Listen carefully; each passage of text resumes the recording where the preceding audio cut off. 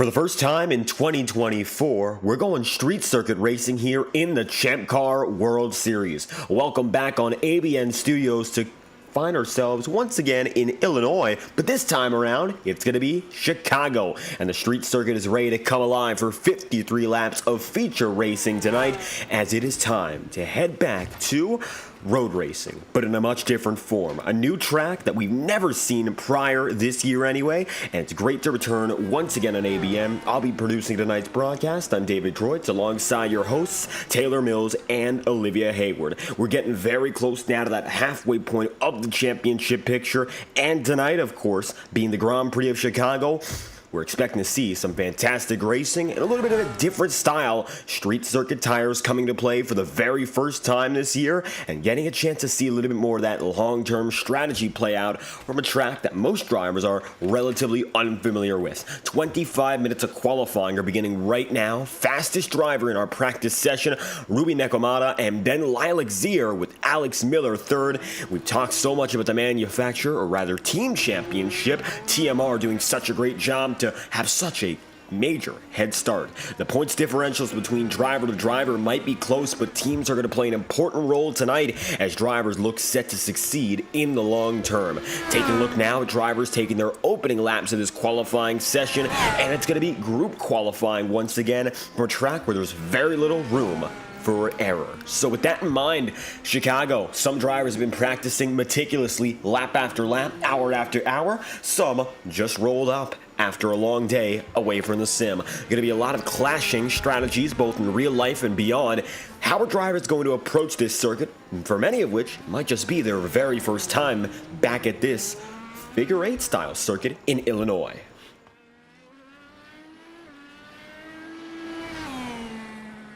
If you are inexperienced with road course racing or street circuit racing, this is a trial by fire, to say the least. A track that is deceptively tricky, as we see Lilac Zier already finding the barrier, actually. And he's going to have to limp that back around. It could be day done. Just a couple of corners to make it to pit lane. You could get a replacement car there, but a bad start to the session for our championship leader.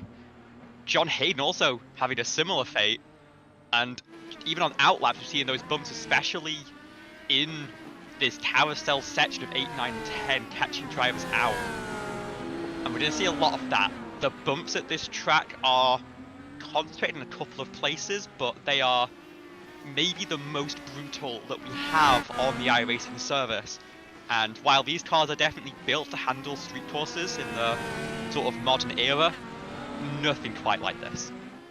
No, this track bites, and it bites hard. Your big problem sections, you're looking at turns 4, 5, 6, 7, and that, as you said, carousel section of 8, 9, 10, 11, a very nasty bump on the inside of turn 10. Our drivers are going to have to get it right tonight.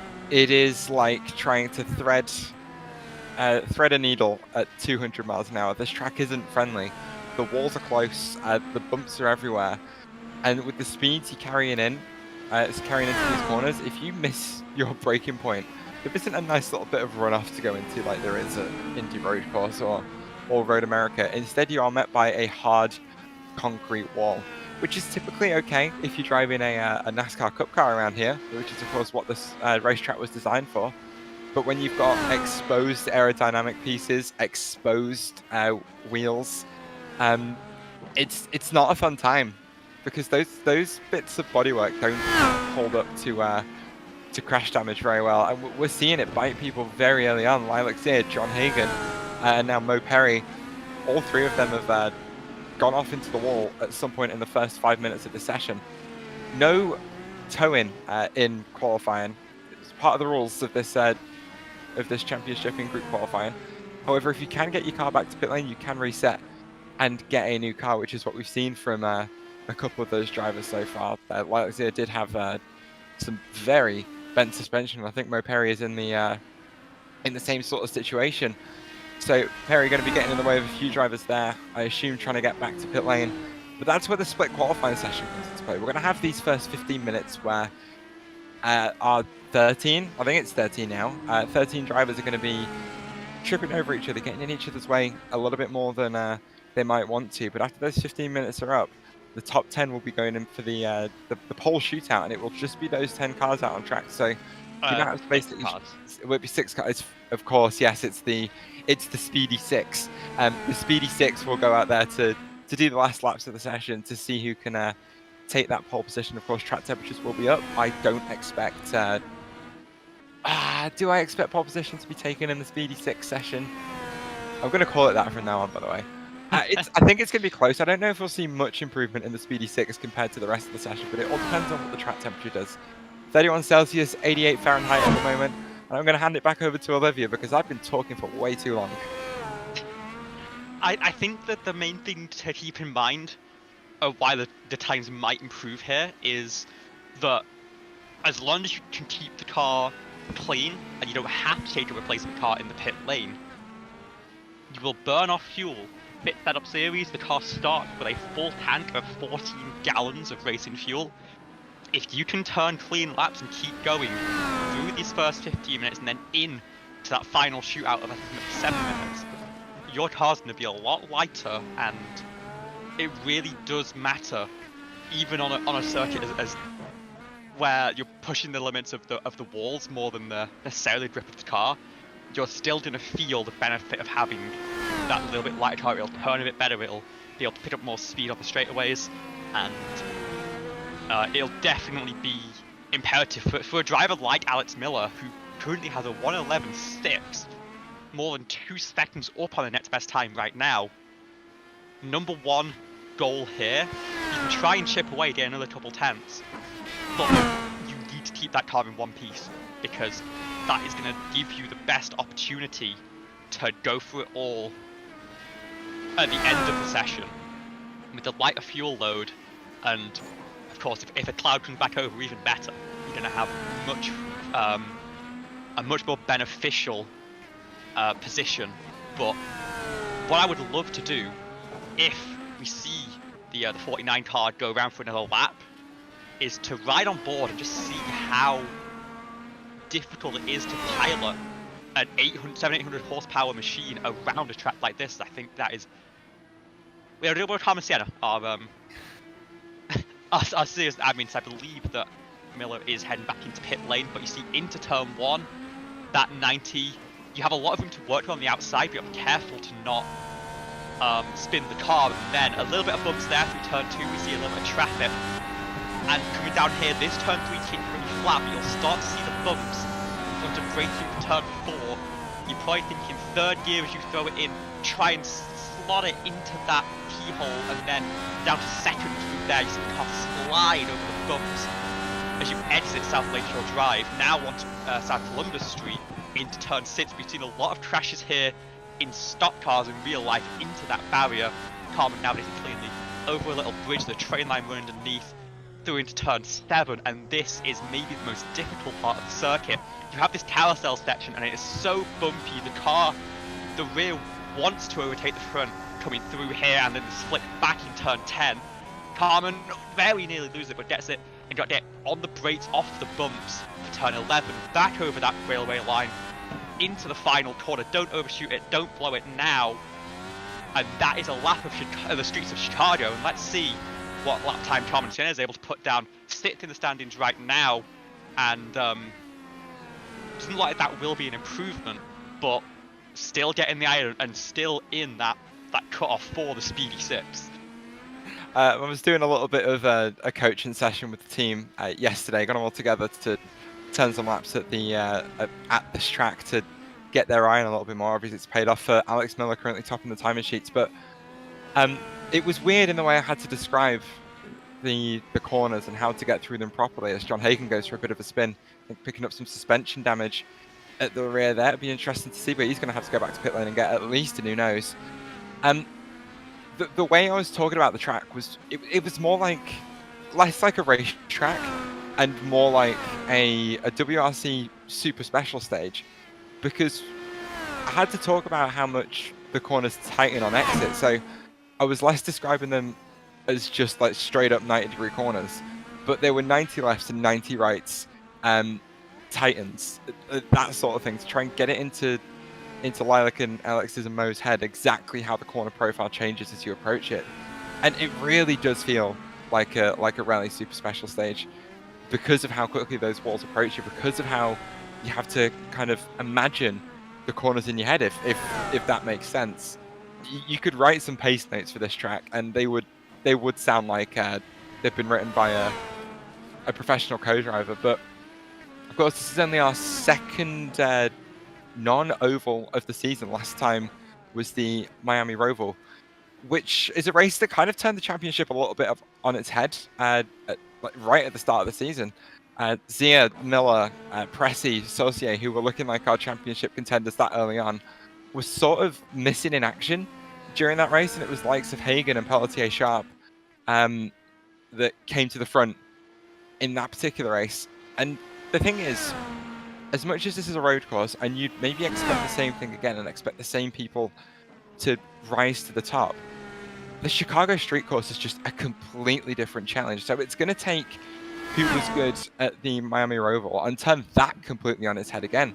Like, we've got Alex Miller, again, currently topping the timing sheets, who's done some practice to say the least. He's been hitting this track hard, but we've got the likes of Nicholas Pressy still stuck mid-pack, and Bryce Saucier down in 10th at the moment. So it's that air of familiarity you need to get yourself with this track to make sure that you can go fast. And it's going to be those drivers that have really prepared for this racetrack who I think are going to come out on top tonight. And it's not just about who can set the best hot lap time. It's also important. You don't want to be in the best position you can for the standing start that we're going to have on Columbus Drive in just a little bit's time. But you've got to remember, it is a 53 lap race, and we do not have any fast repairs here. So if you're a second a lap off the pace, sure, you might be nearly a minute off the leader at the end of after all said and done.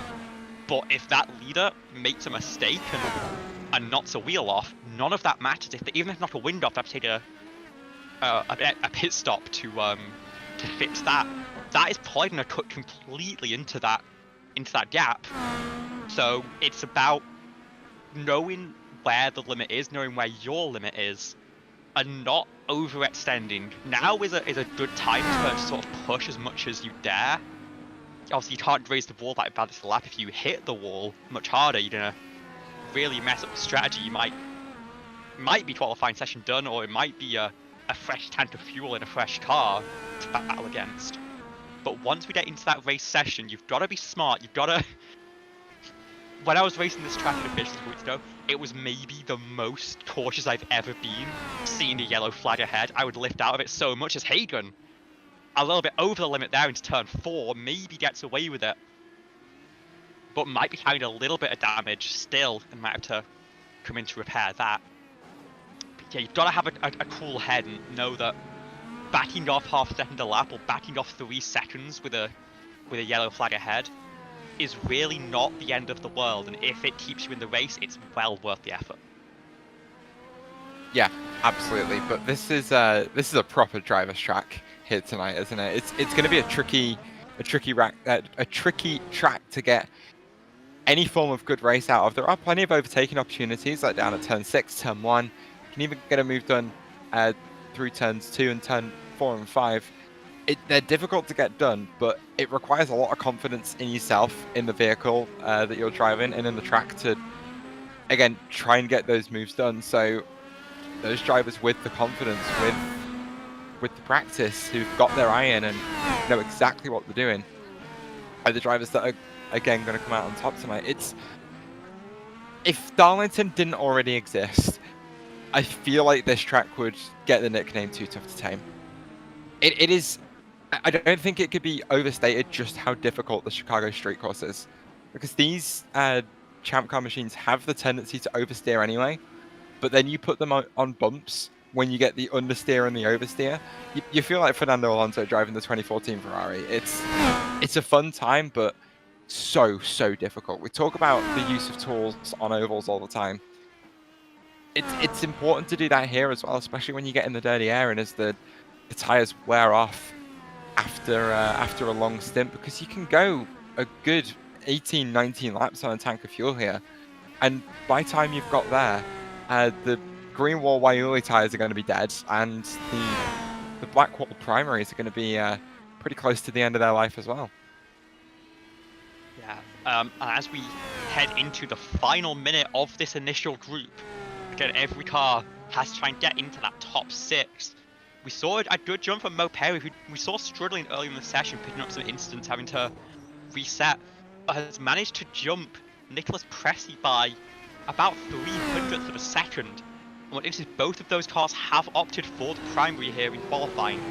They have to start on whatever tyre they opt for, so we could see one of those cars starting from the 4th row of the grid on that tyre, but Pressey still has another attempt to try and put in a best lap and get into that top 6 and knock Mo Perry out of the running. And once you're in there, you can bolt on whatever tyre you want and go again and go for that pole position. We'll see if Pressey has it, as that is the checkered flag on Q1. We've got Miller, Nekomata, Sasek, Hayden and Zir as the top 5. Nicholas Pressey sets a lap, and it will be good enough for 6th now. Does Mo Perry have no? Mo Perry is in pit lane. And so, at the checker, it looks like Nicholas Pressey for MPM has booked a place in that speedy 6. And Mo Perry will be starting alongside Carmen Sienna on the 4th row of the grid, with Nick Wheeler, Liv Fox, Bryce Stoster and Caleb Carter behind. Zach McBride, I believe, in the session, but not setting a lap. And using the start from the rear, which isn't necessarily the worst idea, as long as you'll make it on the brake pedal if need be. Yeah, very interesting qualifying session there. And I think I was a little surprised to see a team that has been so aligned on strategy in the last few races to split the qualifying strategy. That's Alex Miller, who's currently on provisional pole on the green-walled alternates, but and Lilac Zero, of course, as well. But Mo Perry, just outside the Speedy 6, on the primary tyres the entire way in that qualifying session. I don't know whether that was a case of confidence, or perhaps they knew that they might be starting outside the Speedy 6, so made that decision to qualify on the alternates to have that alternate strategy come the race. But it's all decisions to be made, and I think when it comes to strategy in these cars, I'm going to have to defer to you, Olivia, because you are much more on it about how these cars work in race trim than I am. I think the main thing is it's a lot easier to defer and to make your own call when it's a sort of race like this, where cautions are going to be few and far between. You're not expecting the same cycles and strategy that you get on an oval, where sort of anything can change on a dime. And so it's a lot easier for the 28 car to say, you know what, we're going to try something different, and we have time to think it through in the sort of days leading up to the race, and you're committed to it by that point, and you just see what you can do with it. As it stands, we'll be starting from P7, but starting on the primary, we'll have a couple of people on the green sidewall alternates behind, but is maybe just hoping to get through that opening phase of the race and then have a faster tyre that switches on in the pit cycles, go for a bit of an undercut. Because that could be a huge thing. It's going to be difficult to overtake. We'd have push to pass, of course, but to try and force a move is very scary. And so you might be looking at trying to do things in pit lane on strategy, and if you prefer the alternate tyre, maybe you want to be on that for the rest of the race. Or maybe if you prefer the primary, you want to be starting on that so that you can push from the start with confidence. And there really is no agreed upon best tyre here in terms of a race run. Of course, the alternates will be faster in qualifying, there's no doubt about that. But it's a little bit strange because the primaries really struggle to fire up. It seems very difficult to get the tyres into their temperature window and keep them there, with how they are sort of less flexible, less pliable to get up to temperature. But the alternates do wear a lot over the course of the stint, and while I feel like they're more predictable as they wear, they are slower. And that is a car that is in the barrier. That's Alex Miller. John Hagen's got damage as well. Yeah, interesting start to the Speedy 6 then. Two of the fastest drivers in the first qualifying session, both in the wall with damage. It looks like it's just going to be a superficial front wing change for previous championship leader Alex Miller, but maybe a little bit more difficult job for the 81 crew of John Hagen, who's going to have to get a fresh car in the pit lane at a crucial part of the session. So he's going to be on a full tank of fuel, which is a lot heavier compared to the rest of the field. You're talking, what, a good 50 or so kilograms lighter? I want to heavier, it's even? 50 liters, and so with race About fuel 55 liters then. less dense than water, it's probably about 30 kilograms if you've managed to get it burnt out all the way to empty. It'll be worth it, at least a couple of tenths at a track like this, and truly that is the margin. Yeah, so between the top two, less than 3 tenths. One thing of note is that Nicholas Pressy has opted to not come back out on the primary compound tyres. Well, actually, no, has now rolled out, but has stayed in the primaries, so he's going to try and improve, but he's committed to that strategy and is going to stick with the alternate strategy, which is starting on the primaries. But as we're looking at this, Ruby has also had an incident and has a meatball, and so we'll have to reset as well. So it's basically Eli Sattler, I think, with our top 10 with a fresh car, as Hayden has put it in the wall again, behind the number 9 car. Yeah, that's and rear. that might not be drivable back. That is the rear. It's a track blocker as well. Both on the left side are broken. I think he's going to have to give up on this one. He's going to try and get the car moving, but I think that's a tow. You have to tow. If you've got a car that damaged that it can barely move, I know you give up on your qualifying session, but luckily the cars that were passing there were on outlaps, so could definitely afford to back off. And I don't think that car is going to turn back to the right as we get to the end of turn 10. No, I don't like this. I don't like this at all. I think this is very sketchy, and there is a car approaching of Lilac Zare, who I believe is on a hot lap. It's on a hot lap, yeah. Only 3 seconds away, and Hagen's going to be right on the apex of the corner by the time Lilac gets there. Ooh, that's the last thing you want though when you're on a flying lap, is a distraction like that. Because of course we saw the onboard there of the 89, just how blind that corner is. She'll have seen a slow car on the relative. She just abandoned that lap and come into the pit lane, but she'll have seen a slow car on the relative on her approach to that corner. But you don't really know where that car is until you can see it. And I think she probably saw it about a quarter of a second before she had to react to it. Experienced as she is, managed to not hit it, but a tricky situation thrown up by a late session crash for the 81. And yeah, it's almost a miracle that he got it back to the pit lane there, I think. And he's got to only have really one more attempt at a lap here. You'd think maybe a 2-lap run, but it's going to be very tight. I am sure to see if anyone else can improve. Alex Miller, he's got a pretty good lap. Let's see if it isn't improved. And across the line, it will not be faster, but again, could be setting up for a second lap, and we know that that car is in good condition at least. As John Hayden tried to do the same thing, but very close to the wall again. Yeah, so Alex Miller on the second lap of his run here, second flying lap, just completed the lap after the out lap. So perhaps building up to this one, it takes a couple of laps to get the temperature into this tire. I think that might be, if my overlays aren't lying to me, a purple first sector for Alex Miller. First sector consisting of 1, 2, and 3 into the braking zone of 4 and 5, but not quite making it there. So definitely something I'm keeping an eye on at the moment as Miller comes through turn 6, gets the car over nice and early for that crest. It is a personal best in sector 2 for the driver of the 49 car as he tucks it into turn 9, stays off those bumps right on the inside. You want to be in there to try and take the shorter line, but it's way too bumpy to do anything. Through turn 11, keeps it nice and tight on exit, keeps it out of that barrier as he needs to. This is the final sector of 3 at this track. Right to the barrier on the inside, avoids the one on the outside. What is this lap time going to be as he comes up to the line? It will be a 1:11.279. Wow. He does improve and put 0.6 of a second between him and the rest of the field with 60 seconds left to go in the session. I don't think that's going to be beatable. And I believe he did take a fresh car there, so that just shows you that when you know there's nothing to lose by pushing, by absolutely sending it, there is so much pace to find. The question is, will anyone else be able to find that gear? As I think a lot of cars will either be on their final lap or setting up for it. Do any of these drivers, especially in that top 5 on these alternate tyres that fire up so quickly, do they have a response, or is that just the best we are going to see today?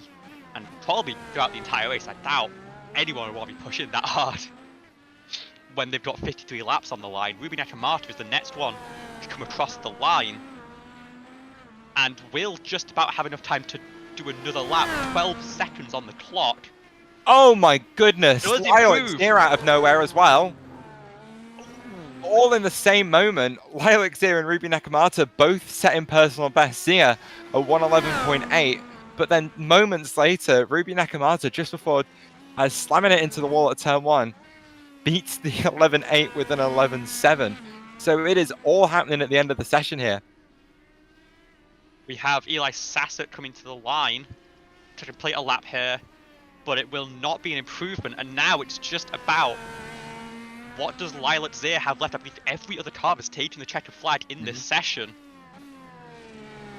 Zir not improving in sectors 1 or 2 so far as she comes into the final sector, which starts just about here. Through turn 9 she comes. To me, it doesn't sound like she's pushing. So I think that's going to be the Speedy 6 session over. And it looks like the driver who was going to opt out of road courses for the entire Champ Car season sticks it on pole position at the Chicago Street Course. And by what a margin as well, Oh, nearly half a second to the nearest competitor. A track where the lap times are barely over 70 seconds. So those margins are even bigger than you're used to. That is a statement qualifying session from the 49 car, and I'm sure is very proud of that, and the practice paying off after a race last week where I think you'd say he started on the slower foot and built into it. He is on fire from the go in this one. Yeah, we had Alex's teammate Lilacs here having that statement race at Gateway last time out, coming from, well, quite a silly crash on pit lane exit to completely dominate the race in St. Louis. And her teammate coming back to be like, you know what, if you can have a statement race, I can at least have a statement qualifying session. There's still 53 laps left to decide this, but what a way for Alex Miller to stamp his intent on the rest of the season, to take a pole position on a track he doesn't like, on a type of circuit that he doesn't like, that he'd never really driven before this week. That takes some doing. As we move into our 10-minute warm-up session, if we can get an onboard or two with some of these cars coming out of the pit lane, we might get a chance to get a bit of a preview as to what we are about to see. For the first time this season, we are going to be dealing with a standing start, and it looks like no one's practicing it just yet, so I'm trying to hype something up and there's nothing to see. But yeah, we're going to have to standing start these cars. It's something that isn't the most difficult thing to do if you know what you're doing, but given that a lot of the time, obviously on ovals and on road courses, this car is typically raced with a rolling start led by the pace car, it can be very easy to just be that little bit inexperienced and make a mistake. Throw a race before you even get to the line, really. I would hope that everyone has been paying attention, has done some practice beforehand. Looks like I had a little bit of a cold launch from Bryce Sosa about the pit bots to just get things warmed up. As that is maybe the one time you do see some drivers practicing their sort of standing launches. It's coming out of your pit bots. You can really gain time if you know how to optimize things. As here we go, number 44 of Carter with Lift Fox behind, line up at the start-finish line. and the revs and quite a bit of wheel spin there. That's a lot of wheel and spin. That is not how you want to do things. So hopefully some lessons learned there. Let's see if Lift Box can do any better. And a much cleaner getaway, it seems like, from the 47 car. A little bit of a puff of smoke from the rear tyres, but nice and smooth into turn 1. And we'll be set to have another go of things. Yeah, there's a couple of different ways to get this car off the line, really. You can do it the safe way by just matting it in first gear without putting, any clutch into it at all, and it will just roll away. First gear's long enough with that anti-stall clutch, but Liv, as I'm sure you'll know better, you can use some clutch. It's not very good, and it's very difficult to get right, but you can use some clutch to pull away, can't you?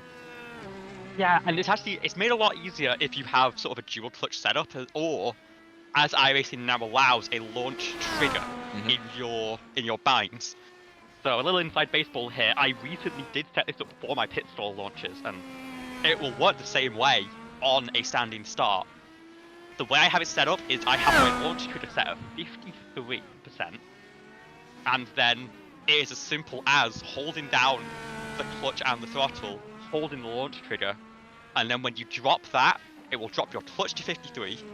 Your full throttle will not spin out the car because the clutch is slipping that little bit. And then as you get up towards the end of first gear, if you're not at the pit limiter already, you just sort of ease off that clutch pedal very gently and try to avoid the wheel spin. And you're off and away, and it's a little bit quicker than hitting the throttle from a cold start, because you've got the revs up already. The engine is much quicker to jump into action. But given the stakes that are at hand here, I would not blame anyone for taking it that little bit safer. Here's our pole sit, I think, starting from the first grid box, nice and clean, gets outside nice and early, and hits but the wall. into the wall at 1. Maybe a nice dress rehearsal there until the braking zone. But it's much better in now than in. I was gonna say, yeah.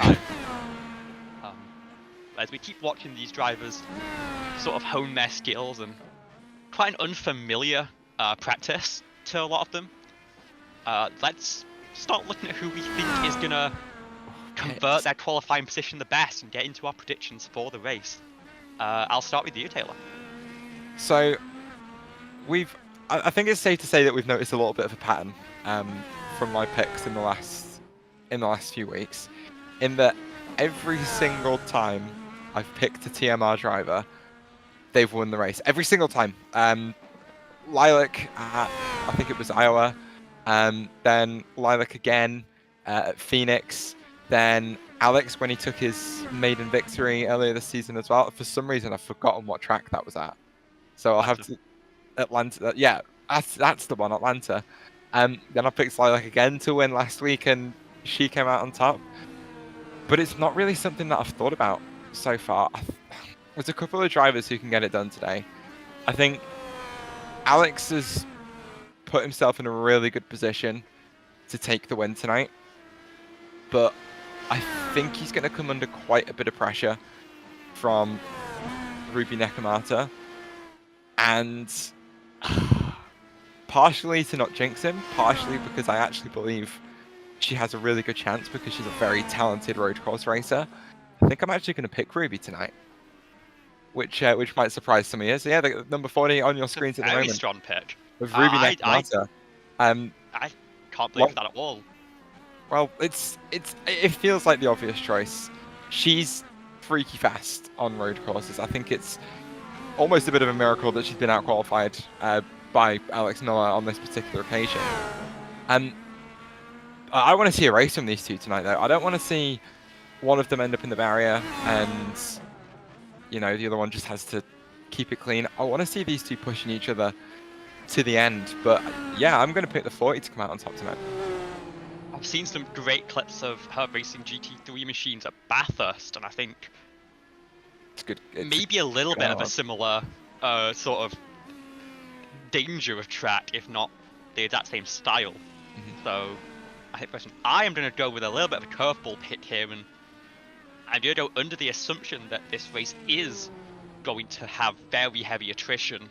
I'm going to focus on a driver who, during qualifying, didn't really swinged for the fences, but did a great job keeping things clean and trying to set himself up for the race in his own way. I am going to pick the 94 of Nicholas Pressy, the lead car on the primary tyres for the start coming up.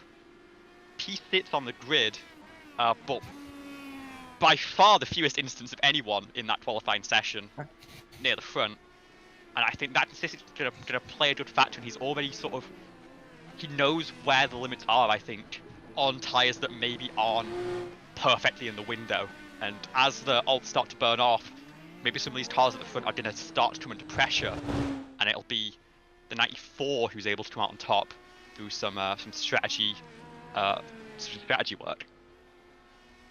So I guess this is the point where we handed over the man who has time to think to hear his views on who he thinks might take the victory tonight. Mr. Kreutz. I gotta say this much. We've seen some success, although we gotta go back, almost flipping it half a year back for the most recent example. Watkins Glen, I know this driver did not win, but they were quick, and maybe that was the most standout performance they've had at any road course all year long. Craig Forsyth might have gotten a checkered flag, but it was Eli Sasek who was the man who opened up that race with the lead until misfortune found the number 9. I think tonight, if we are to see, with the field size we have anyway, everyone's going to be in good standing to have track position. And Eli starting on that second row alongside Lilac, going to be just behind Ruby and Alex Miller. A lot to learn from those first maybe 5 or 6 laps. And if Eli can get things settled in for the long haul from there, I've got a good feeling that we might see Sasek come through with his first checkered flag of the season here. I wouldn't be surprised if it goes his way, but it's going to take a lot in his favor, of course, starting all the alternates and maybe not being the quickest driver in short or long runs just yet. Time will tell, but if something happens ahead of him, I think he'll be the best driver to, of course, wait in the wings and make the move when it matters most. I actually really rate that pick. I rate all of our picks tonight. I think they're interesting. They're definitely they're just interesting, because realistically, at the end of the day, we can sit here and we can speculate over who we think is going to win the race based on previous experiences that we've seen, based on everything we've seen so far this season, based on commentators' curses. But at the end of the day, none of that matters, because in about 2 minutes, in about 20 seconds, these cars are going to start lining up on the grid, sat stationary, right by that Chicago street course sign. And there's going to be 53 laps where 13 drivers are going to go out there and decide for themselves who's the best driver out there on the grid. They're going to decide for themselves who's going to keep it out of the barrier the best, who's going to strategize the best, and who's going to come out on top and take that checkered flag at the end of those 53 laps tonight.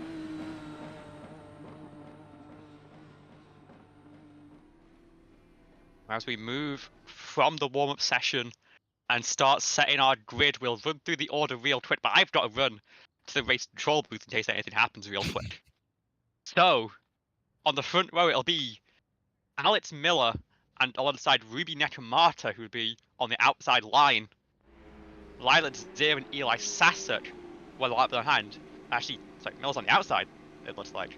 John Hayden and Nicholas Pressy will be your third row in that Speedy 6, with Mo Perry, Carmen Sienna, Nick Wheeler, and Liz Fox rounding out your top 10. Then we have Bryce Socia, Caleb Carter from Zad McBride, rounding out your 13 cars for tonight's race. Remember, P6 and 7, the lead cars on the primary tyre. But I'll hand it over to you, Taylor, for the race start. So then the lights come on for the first time this season. Alex Miller from pole alongside Ruby Nakamata. Green flag is in the air, a very even start at the front of the field, but although second phase of the start looks really good for Ruby Nakamata, Alex Miller checking up massively, perhaps a little bit of wheel spin in second gear. So that's going to be Ruby and Nick Pressy who squeeze through. Alex Miller demoted down to fourth place even for now, as Eli Sasek has got through as well. And it's going to be Ruby versus Eli Sasek at the front of the field for position as Alex Miller recovers.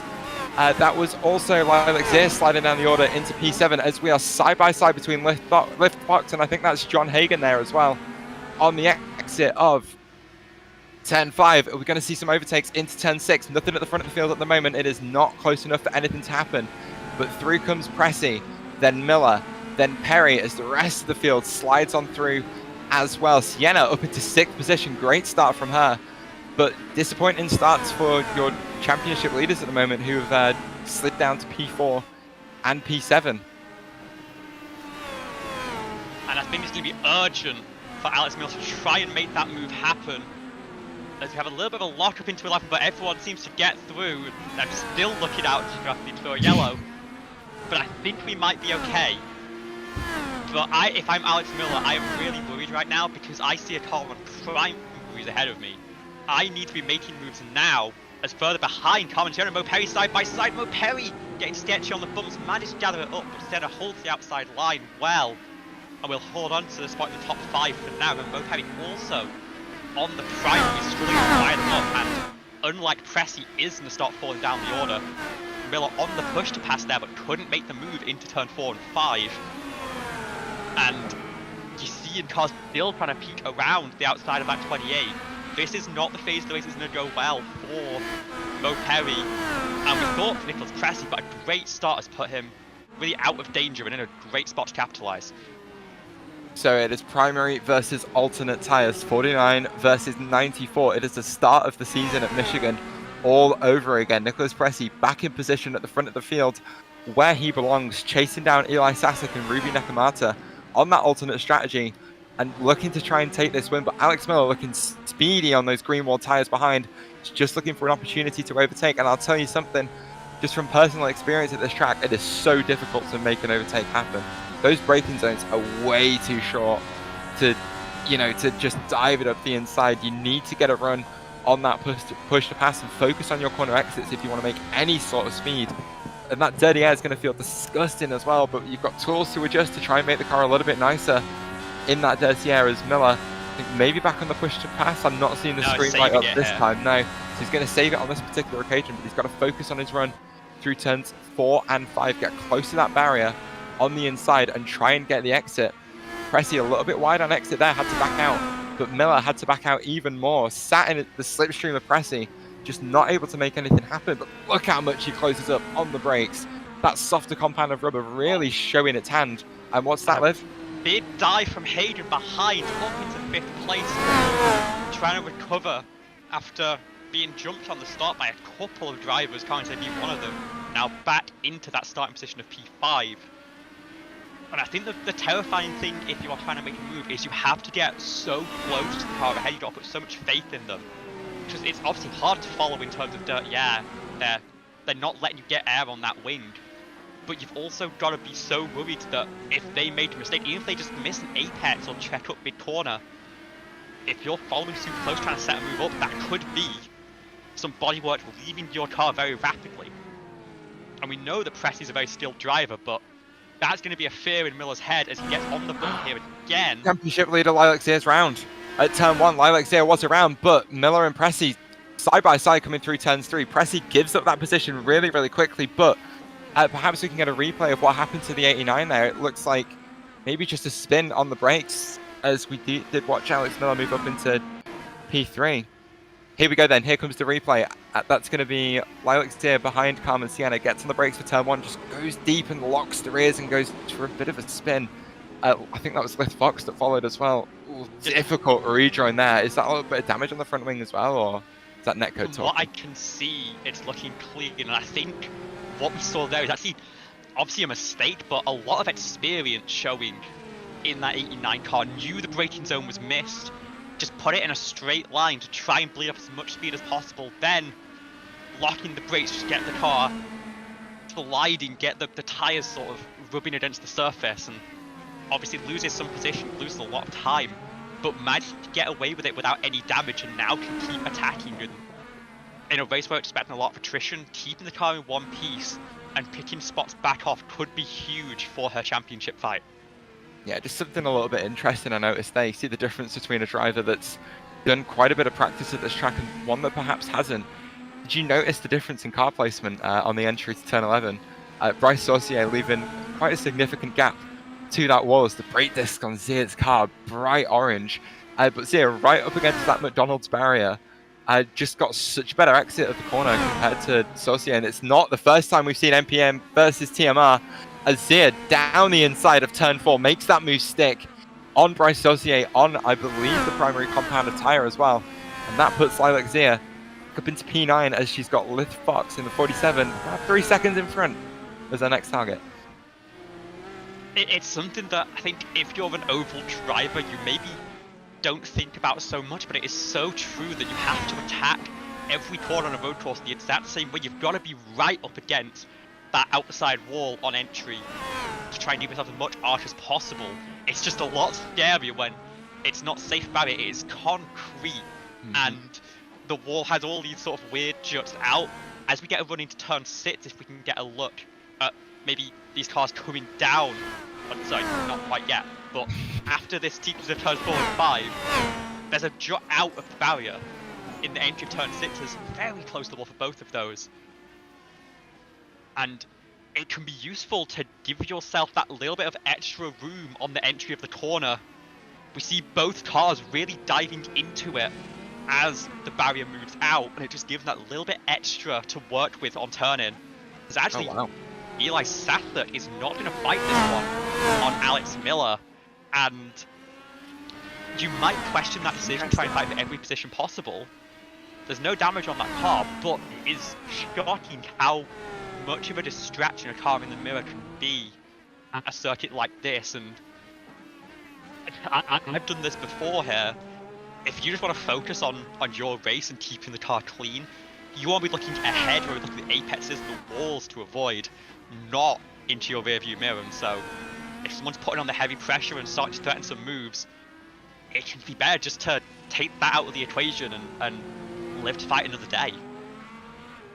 It has taken 7 laps for Alex Miller to get from what was P5 at the end of lap 1 up into P2. Ruby Nakamata 7.8 seconds up the road.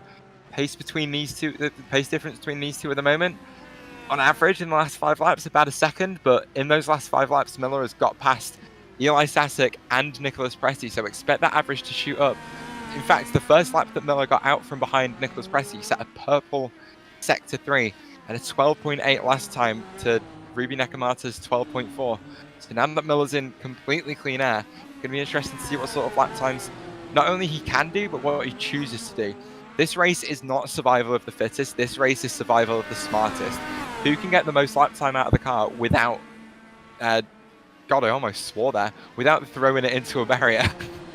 Now that is one for the sweat. It was close, we weren't there though. If you have time, there's a lot of pressure from Hayden on Pressy here, but Hayden also feeling the pressure, misses apexes, and actually now maybe missing part of his car. That is bent carbon fiber.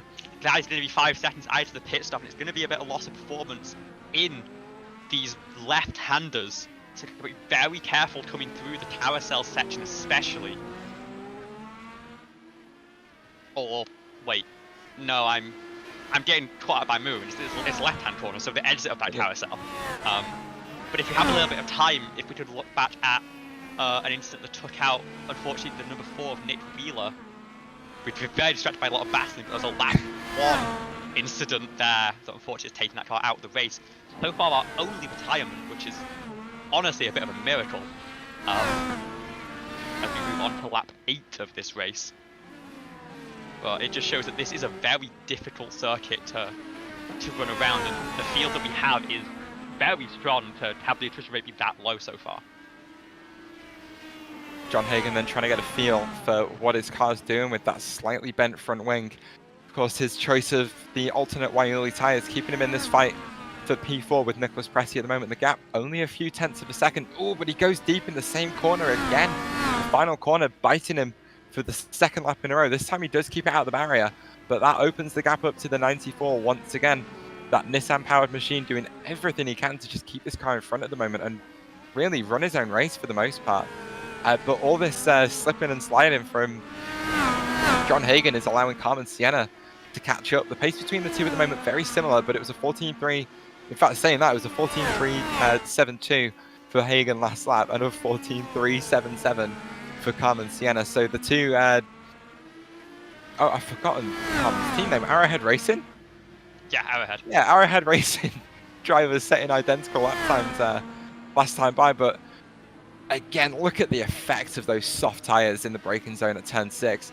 allowing Hagen to close right up on the brakes and tuck under the 94's rear wing. No opportunity to get through in this sector though. Hagen just has to stick it in a lower fuel map and wait for the start-finish straight. Getting it right up against that barrier, a little bit of scraping as well. Difficult to not do through there as the bumps throw you to the outside of the corner. There's a little bit of a groove in the bumps on the ground in the rubber line as Hagen goes deep into turn 12 again, but keeps it out of the barrier again and just opens that gap up to Nicholas Pressey for the 3rd lap in a row. That corner proving to be John Hagen's bogey corner at the moment, Liv. Yeah, Nicholas Pressey defending well, but unfortunately, it will not be matching fortunes for the team. Right, Dosia coming onto the bumps coming out of turn 10, a lap or so would go, and I see a bit of a swap there. I think Mo Perry letting the teammate go through on the better tyres, seeing the big picture of this race.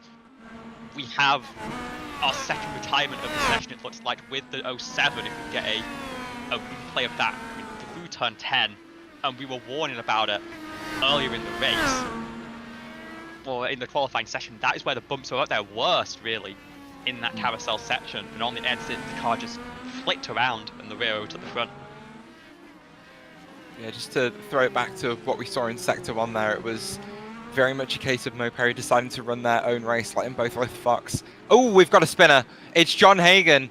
John Hagen, this track is biting at the moment. Very, very stuck in turn 11. Just needs to stay sat still for another couple of seconds and let Zia, Fox and Perry through, and he should have the space to get that thing turned around. Very well behaved from the 81 car there, but that's going to be a significant amount of damage to that front wing.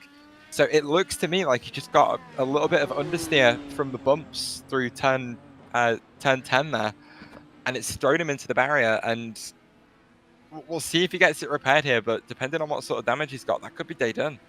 I might be overhyping that a little bit too much though. It's the same corner that I was talking about with Bryce Sosia, a slightly different incident, but that is where the damage can happen. I think as the tyres burn off, you really see that.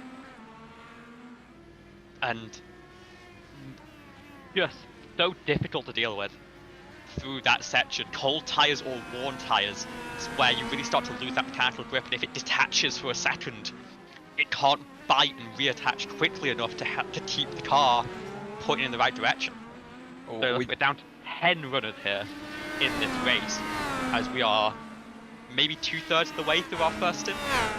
Yeah, we always talk about how much grip is down there on the racing line. You can see that thick black rubber in line, and it seems almost stupid to say, but you want to keep all 4 tyres on that as much as possible because that's where all the grip is. And it's so difficult to do that when the bumps are on that exact same line as well. But as I was talking about, there is that groove in those bumps through turn 10 that you can just sit in, and the car will just kind of follow them. It's really strange to feel, especially when you're on those Waiuli tyres as well, because they've got so much compression in them that the car just moves around so much, but grips up so nicely through 10. But as I say, if you get outside that rubber in line, not only do you lose the grip, but you get out the groove of the bumps, and then that's what throws you into the barrier, and that's where you start to have issues. But camera's currently following championship leader Lilac Zia behind Lith Fox as they close up big into turn 6. Zia, I don't think, was expecting that, and just got caught a little bit off guard on the brakes, locked up all 4 and slides to the inside of the corner. That's the difficulty when you've got drivers with different confidence levels around the track. You might find one that's really good and confident on the brakes, but if you have one that's not, you're going to have to avoid a collision, and Lilac Zia did that almost to perfection. But another unfortunate incident for the 89, as it looks like the 96 of Carmen Sienna has been in the wars as well. Any guesses what corner that might be, gang? Was it to exit of turn 10, perhaps? I reckon it was probably the exit of turn 10. I'll see if I can grab myself a replay of that one. I can't really see anything for now, but I think we can pretty safely guess what happened there. That's been there for a couple of laps now, it seems like, actually. I'm scrolling back through the feed. What can you see, Liv? I can see on lap 10, exit of the final corner, so a bit more akin to what happened to them before. locks up the tyres under braking and just collides into that collides that left front into the wall. Maybe a little bit of wheel damage as well, but they are not being called in by race officials with a meatball flag. A driver who is unfortunately is the 44 car,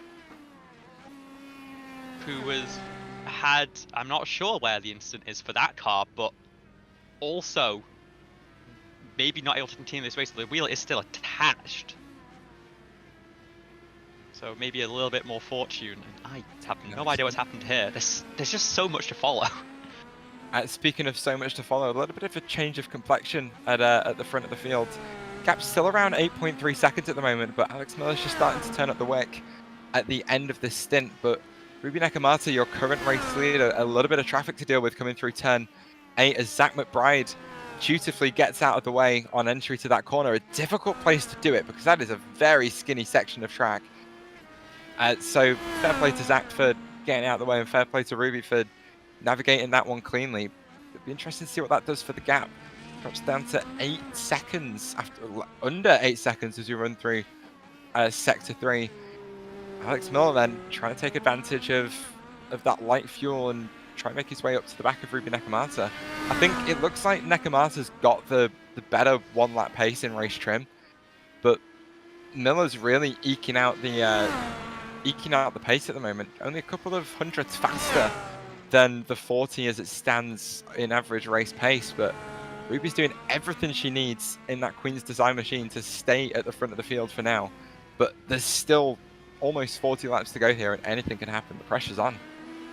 Remember, she's got a partnership now with Mirai United for the Champ Car season.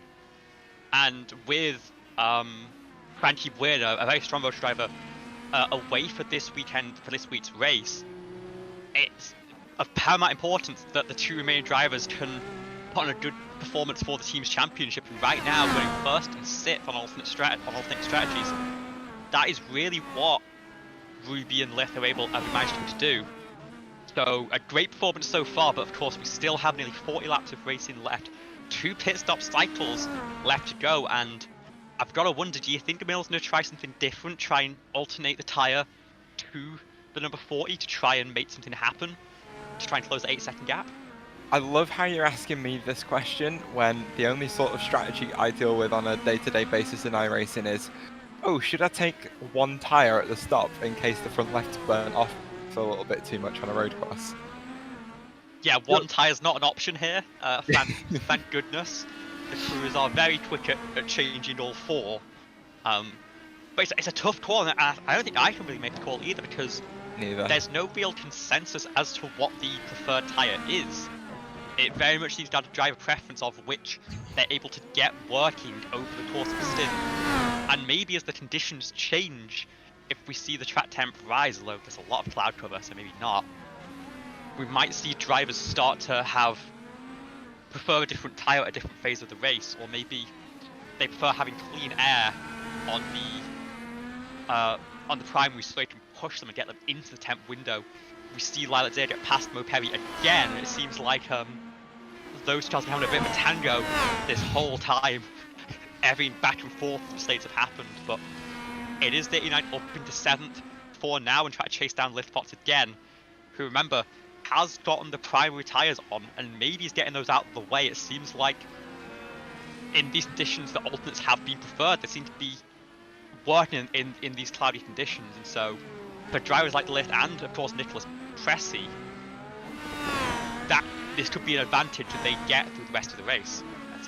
We do also have Bryce Socia, the 072, doing a great job to fix that car up after the incident in turn 10. And although 6 laps down, he's going to try and pick off some positions, has already gotten 11th place off John Hayden, and now could get a top 10 from Caleb Carter if the 44 car is not able to return to the track as well. You know, the only thing that I could think of, not to derail the conversation completely, but the only thing I could think of when you were talking about Zia and Perry going back and forth is to me, to you, to me, to you, to me, which is a very specific reference that literally only you and me are going to get. But still, it made me giggle a little bit. Oh, I'm going to interrupt you there. 2 seconds tail end because Ruby, after 17 laps, is into the pit lane. That's early. Undercut here. Alex Miller will take the race lead, and that, I believe, will be a point for lap led. No, half a second behind at the line there, but could get it next time by. And this is where the strategy starts to come in. Ruby coming in for a scheduled stop onto the primary compound tyre, and the crew nice and clean 8 seconds. She'll only fall to third here. Carmen Sienna also pits behind, but now it's about how well can the 40 fire those tyres up. Can Alex Miller do anything on this overcut? Maybe will he adapt his strategy to what the 40 crew has chosen? And really, who is going to come out on top at the end of this pit stop phase?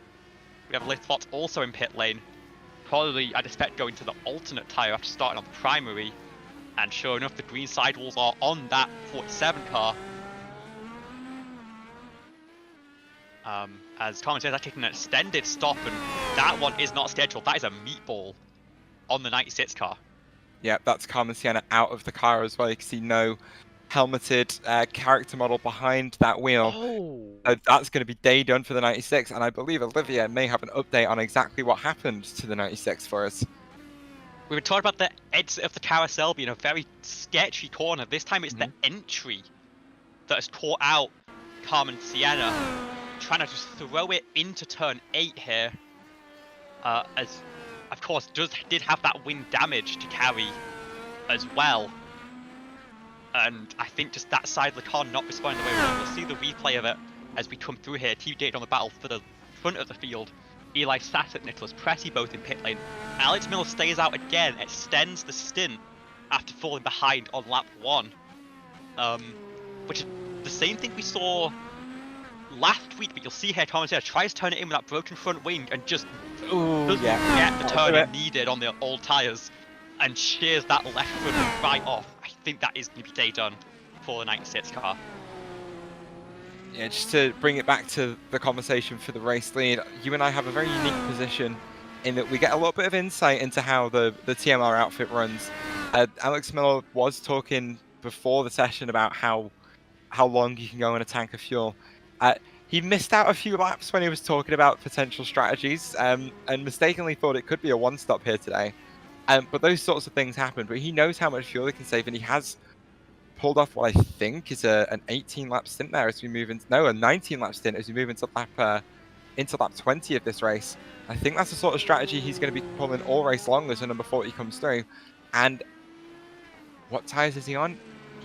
He's back out on the Waiuli tyres. He's back out on the green wall. So the gap has actually come down by 2 and a bit seconds, as it's now 6 seconds in the race for the lead, with Alex Miller on what should be the preferred tyre in these conditions. 28 Celsius on track, 2 Celsius down from what we saw at the start of the race, 5 Fahrenheit, 83 down from 88. So as he gets these softer compound tyres up to temperature, it's going to be interesting to see how this stint develops. I love the fact that he's gone for the alternate tyre on this one, just to throw a little bit of intrigue into this race with, 34 laps to go.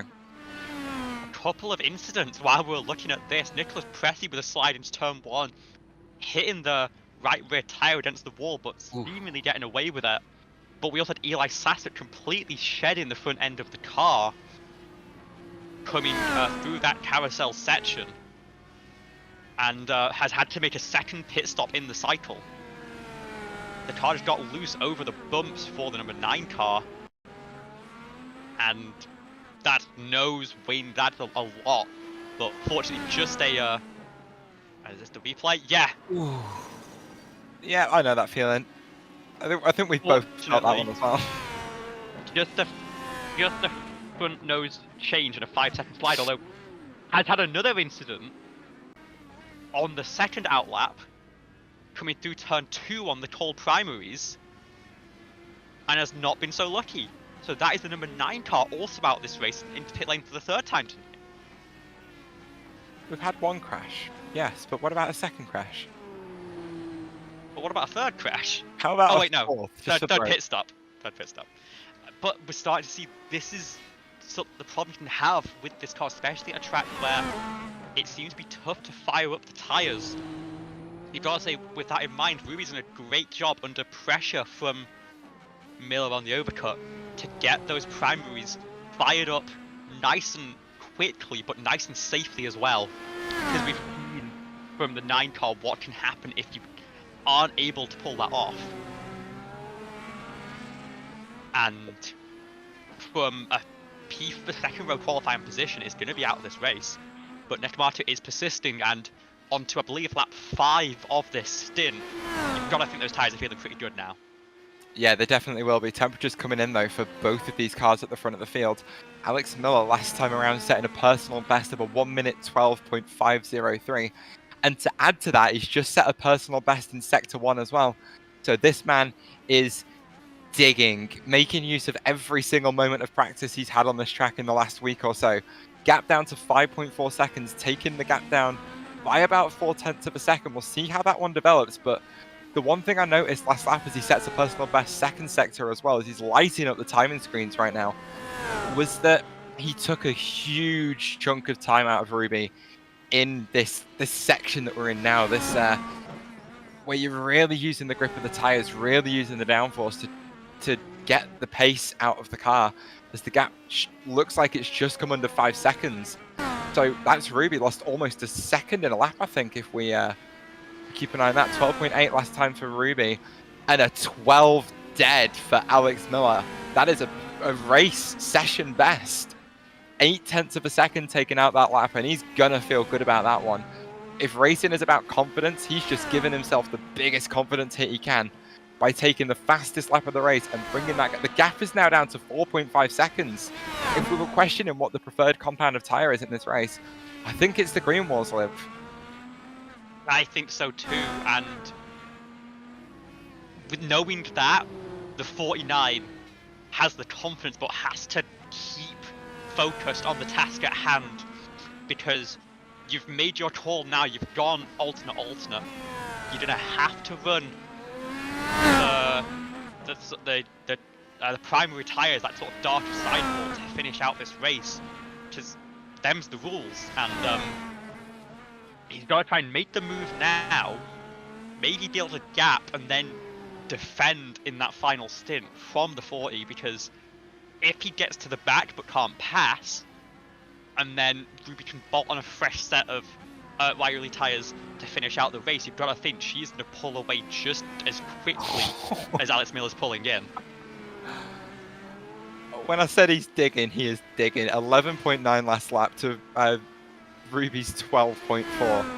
I don't think 13.3 from Ruby. 13.3 That's even, a 1.4 second gain.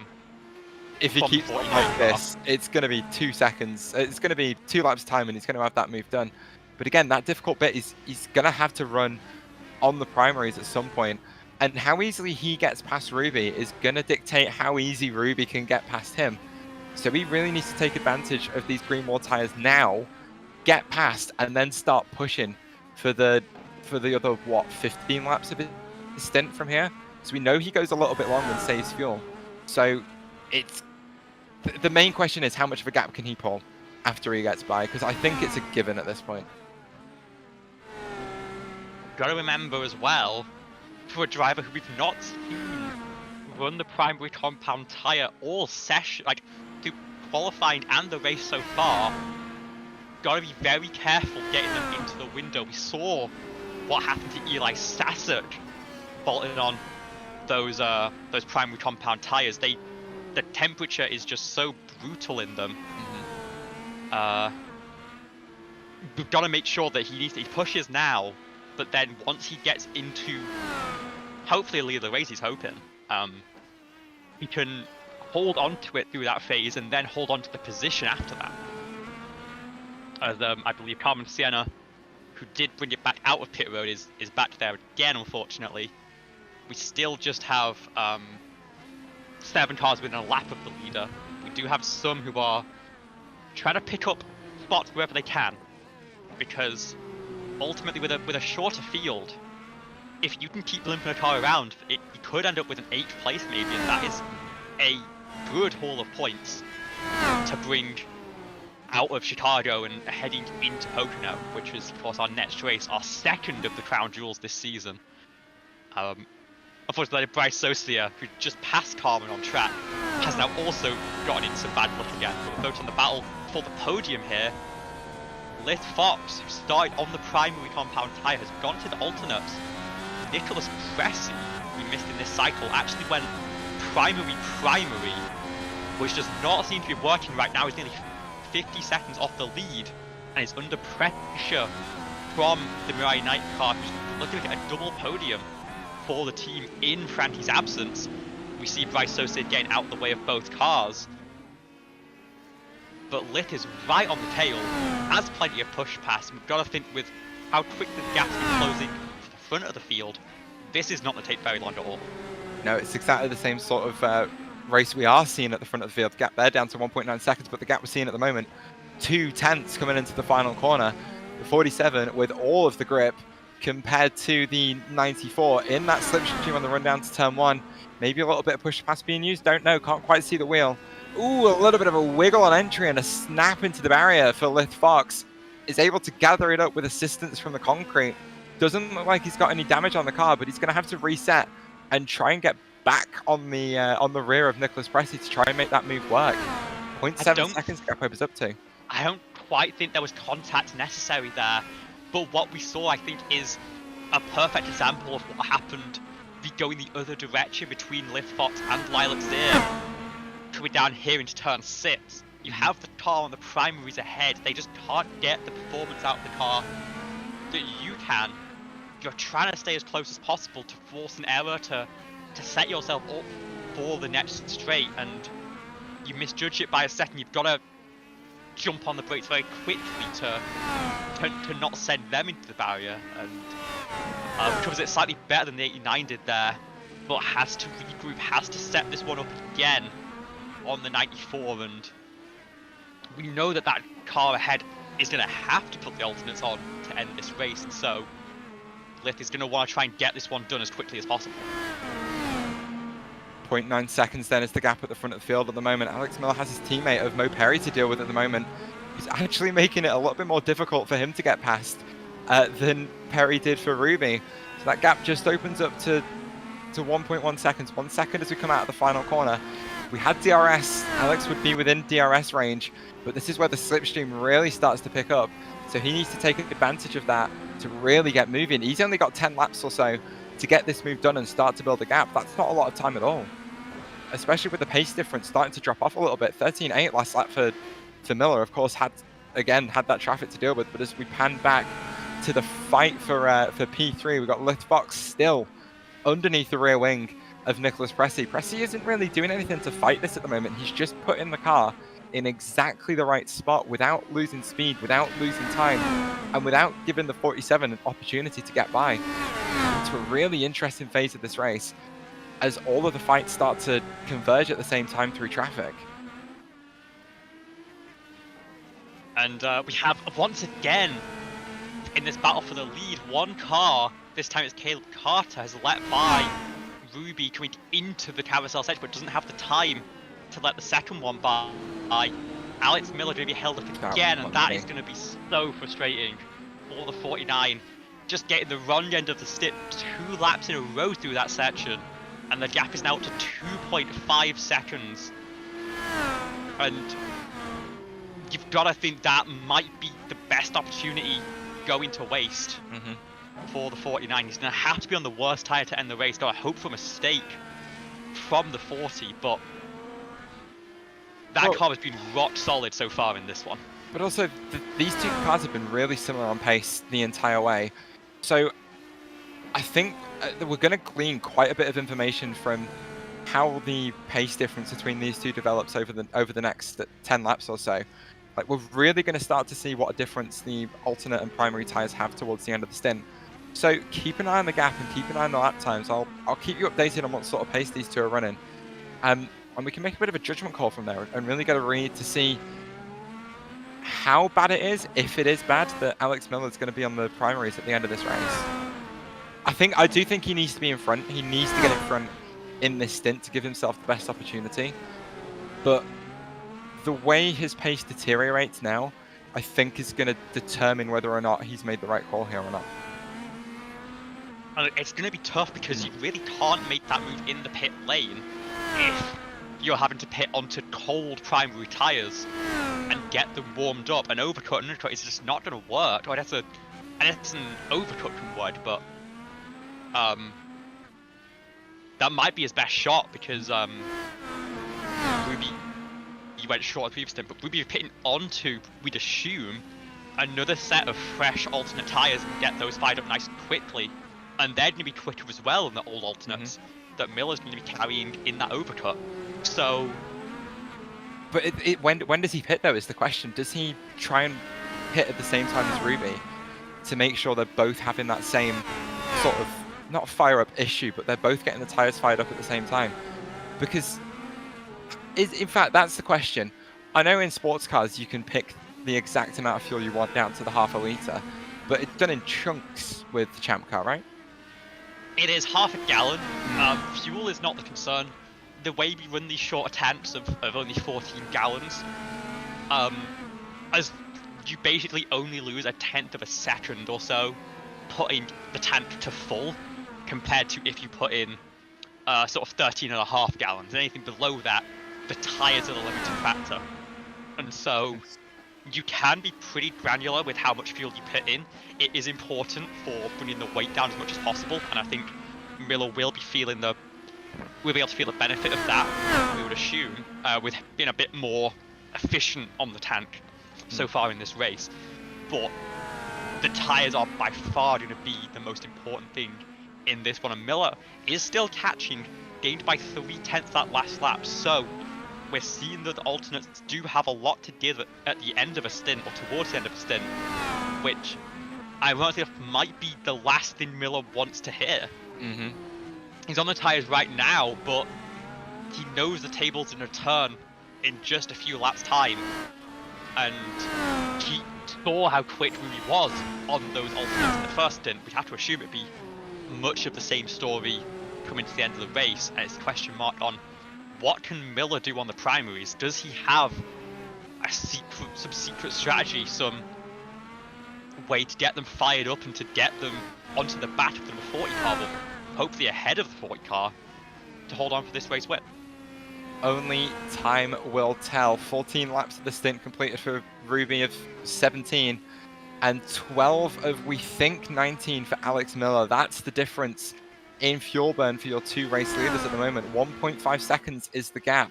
Miller not quite able to take advantage of that slipstream yet, but those green-walled alternate tyres are still giving him the grip that he needs to close that gap.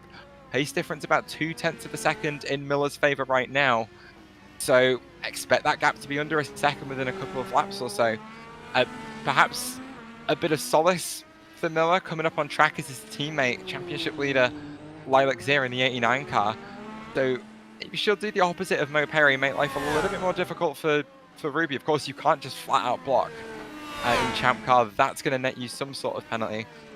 But you can certainly get out of the way in opportune moments, like we saw from Caleb Carter a few laps ago. So will there be a little bit of strategizing?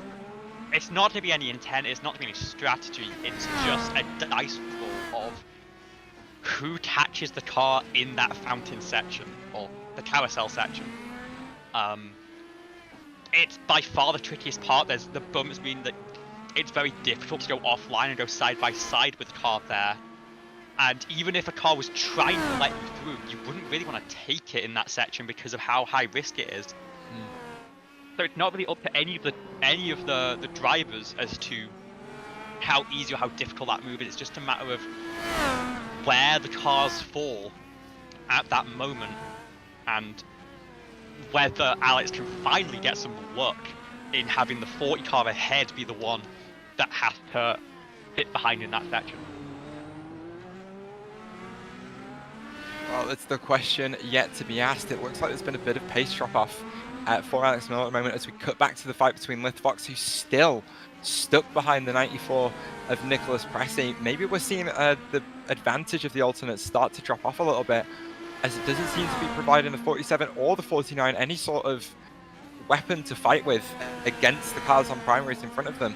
So maybe that's a little bit of solace for Miller come the end of the race. Maybe it's a little bit of something to worry about if he can't get by. But Lith Fox, again, tucked under the rear wing in the 94. He may have a bit of a run here, maybe on the push to pass. 2 car lengths back coming into turns 4 and 5, so not able to make that move work on this particular occasion. No SVG style cutback on the brakes. But yeah, just the alternate compound tire runners, try saying that 3 times fast, seem to really be struggling at this late phase of the stint. I'm surprised to see Lith Fox being stuck behind Nicholas Pressey for so long. This is it's quite surprising. One thing that does help the 94 is he has been using the resources available to him. Lith stayed off the button coming down that down South Shoreline Drive. Nicholas Pressey was the one pushing to defend. And now Lith has a 2 push to pass advantage. And so it is more able to play the patient game, because of course we know that the 47 has used both compounds now. It's not in the same dilemma that Alex Miller is in, being forced onto the primaries to end the race. And so he's maybe just using this middle stint to not force the issue and just try and deplete the resources of Nicholas Pressey ahead. But of course, Lilac is within 5 seconds as 94 is on the button again. But I think we're seeing it's so difficult to make a move happen, but also the tyres I think are going to struggle when you're following for so long, so tightly. There's a lot to worry about. It's actually, here's Lilac Zir. We're looking backwards right now at Ruby, our race leader, and is not going to make things easy at all. And actually, there's Alex Miller. Oh, he's there's just the barrier. The wall. I think he might have got away with that one. That might have been a little bit of netcode. Everything looks relatively straight as he blinks out of existence. Speaking of netcode, he's dropped. Download packet loss. Alex Miller's dropped out of the race as the gap for the fight for the lead came on 1 second for the first time since the middle phase of the stint.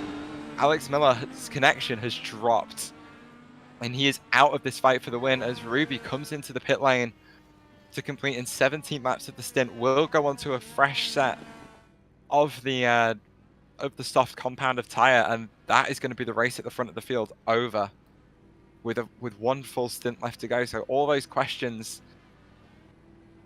that we had to be answered are all going to be answered for us in one fell swoop. That is just heartbreaking, Isn't it? For the 49 of Miller. He drove so strongly, had such a strong qualifying performance, was putting that pressure on again. But for a driver who really needed a strong result to bounce back, was having a very strong race, and the fates of a hardware failure is gonna be what decides that battle at the front of the field right now.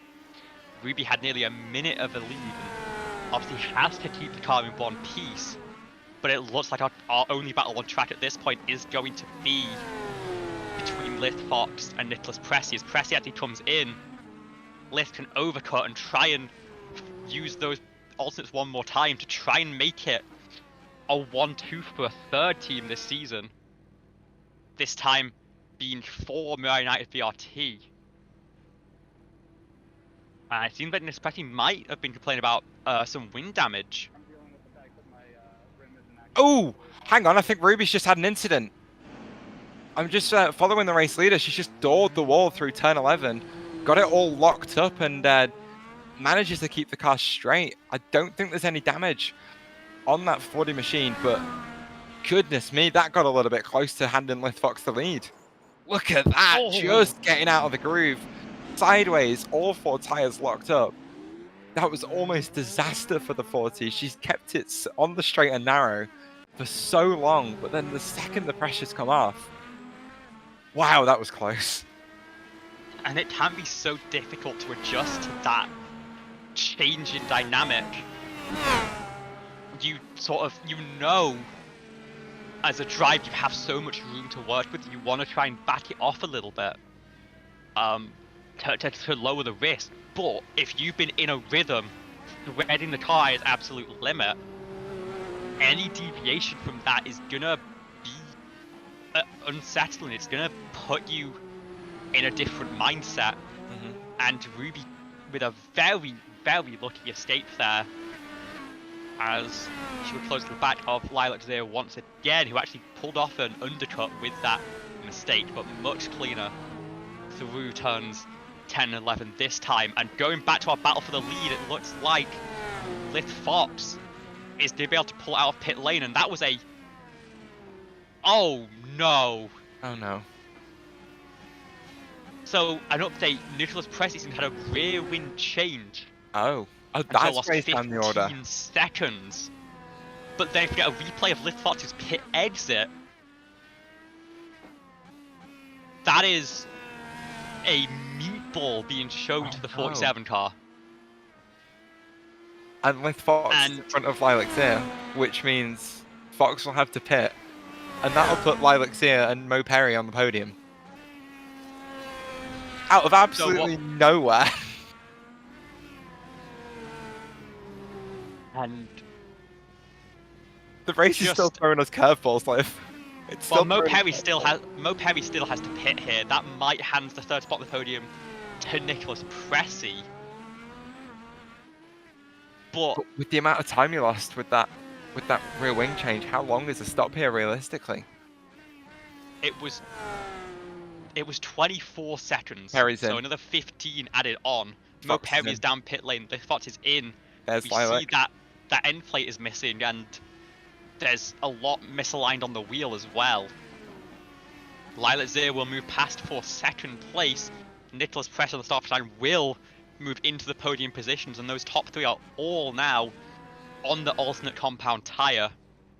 It's a 7-second gap from Zir to Pressy, so a lot of pressure could be put on there.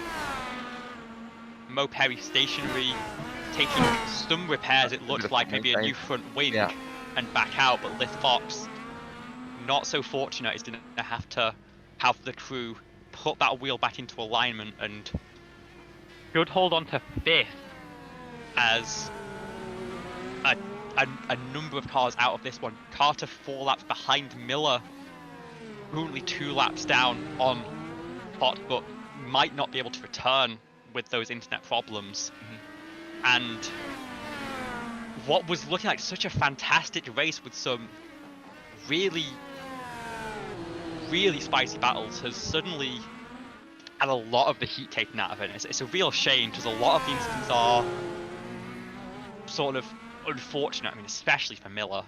But we still have 14 laps to go. Anything can happen. We basically have seen everything happen in this one at this point.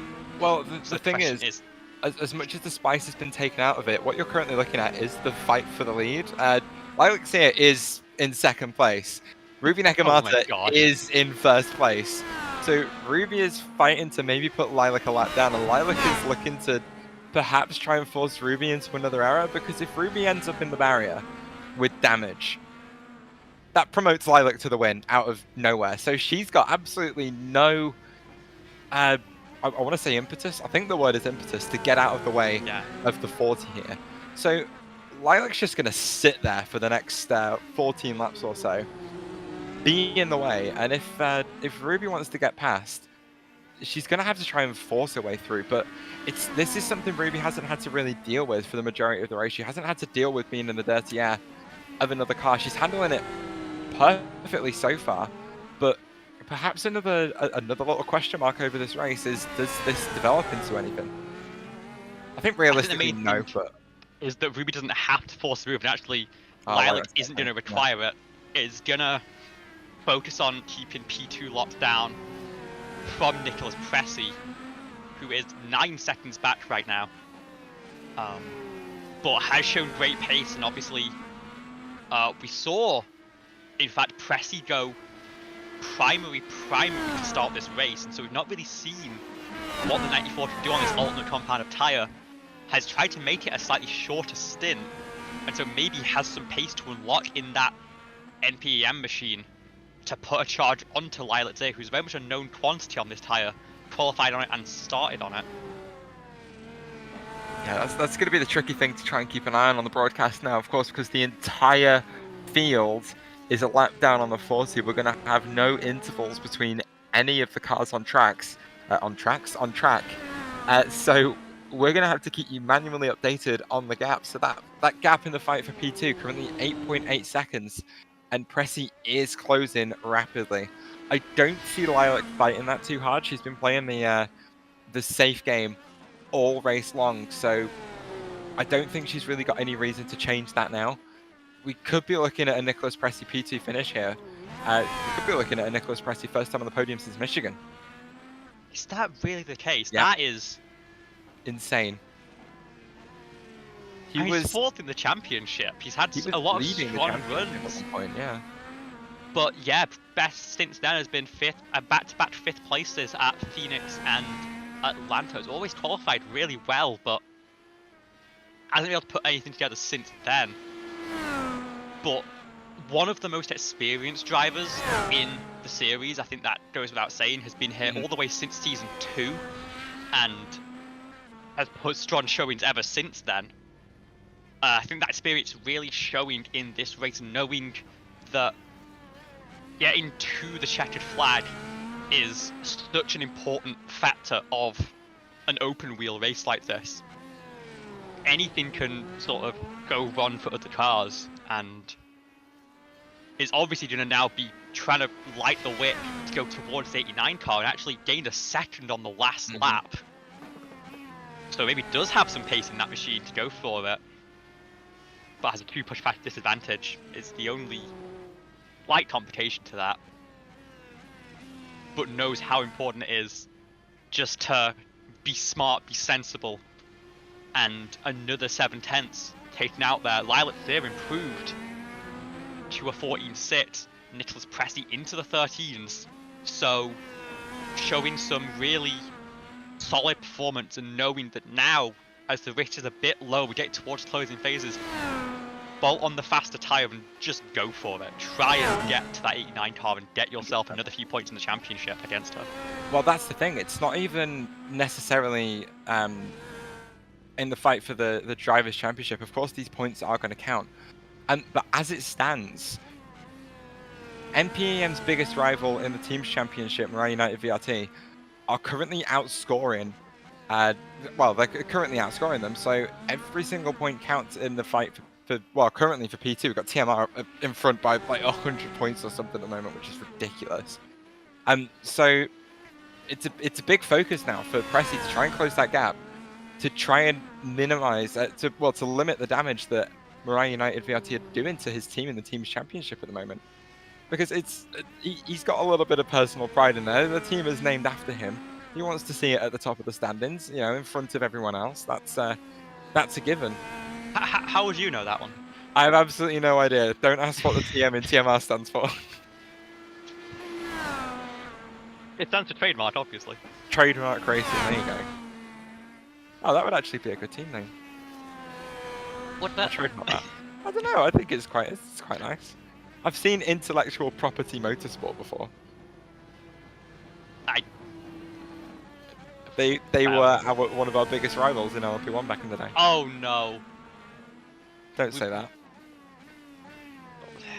Well, unfortunately, it really is an oh no for you. It is the 28 of Mo Perry now onto pit lane with a meatball. Oh goodness. And I'm not quite sure where that's come from. But that leaves us with now 3 cars No, Perry's running back out. without serious repairs. And It's a nice, a short repair for the 28. I think they come back out in position. was that a tyre meatball? No, it can't have been. That was a 5-lap stint. That's definitely a question we'll have to ask after Did the Mo race. forget to change tyre? Because that's the only explanation I can think of for a meatball requiring a 14-second stop. I don't know, how quickly can you straighten up suspension nowadays? Not very. If I had to guess, I'm in that second stop. Didn't go from alternate to alternate. Actually, just didn't. Let me have a look real quick. Got a bit of time. I mean, yeah, have a gander, and if it's inconclusive, we can just ask. That is true. 9 laps to go then. as it stands, 8 as we come across the line. Ruby Nakamata has been absolutely dominant in this race so far as she comes across the bumps that nearly bit her in the rear end not 10 laps ago. Coming up to the lap, the number 28 of Mo Perry yet again, who's just been down pit lane for potentially a tyre meatball, which we're just investigating at the He was moment. up on the jets. I don't know what that incident was. I will keep scouring to try and find out. Yeah, But if that 100%. was for repairs, that is an incredible job from the 28 crew. But as I say, Ruby Nakamata dominant, a lap in front of the entire field, but your retirements so far in this race, Nick Wheeler, John Hagan, Eli Sasek, Zach McBride, and big championship implications, the 49 of Alex Miller, also out of this race, leaving Carmen Sienna, Bryce Saucier, Lith Fox, Caleb Carter, Mo Perry, Nick Pressey, Lilac Zia, and your race leader, Ruby Nakamata, still currently running. I can't tell if that's me having... Oh, I'm following Mo. No, that's Mo's internet problems. I thought I was following Ruby in sim Looks for a like- second there. It was contact on the outside wall of turn 11, but I've never seen a meatball get fixed that quickly. That is incredible. But that is unusual. Are we sure it was definitely a meatball? Like, sometimes iRacing bugs out, surely. I am pretty sure. I'll note the stats after the race, but it was showing it on the entries tab for me. Yeah, fair enough. Well, as I say, we'll ask the question, we'll find out what happened. I'm sure we'll get someone online of, yeah, I got a meatball, and then it just kind of cleared itself. I would not be surprised. This Gap race- within 5 seconds. I know you can't see it on the tower. It just sees 1 lap versus 1 lap, but 4.8 was the gap at the line. Pressy continuing to cut away, but has been definitely. burning pushed past to do it. And I've got to wonder, is the 94 just going to run out of time here? Is that decision to go a second stint on the primaries going to be ultimately the undoing of the race for the 94? Because we've seen so many cars be so much quicker. We've seen this car be so much quicker on them, but wasn't able to capitalize in the middle phase of the race while the rest of the field was. And had to both close up 5 seconds and make the move happen in the remaining 6 laps it will be. Of course, they will only be running 52 of our scheduled 53 laps, with Ruby currently holding the field an entire lap down. Yeah, we know that drivers have a preference when it comes to tyres. They sort of react, but they sort of have a better feeling for the different compounds of tyre. It looks like Nick Pressey really got it together on the primary compound of tyre, which is why he's avoided the green walls so far. And he's had that pace advantage over Lilac. But I think as the alts have started to wear off with his driving style, perhaps they don't suit each other as nicely as the black quad tyres do. So he's been burning them up a little bit faster than the 89, because we know the 89 drives really smooth.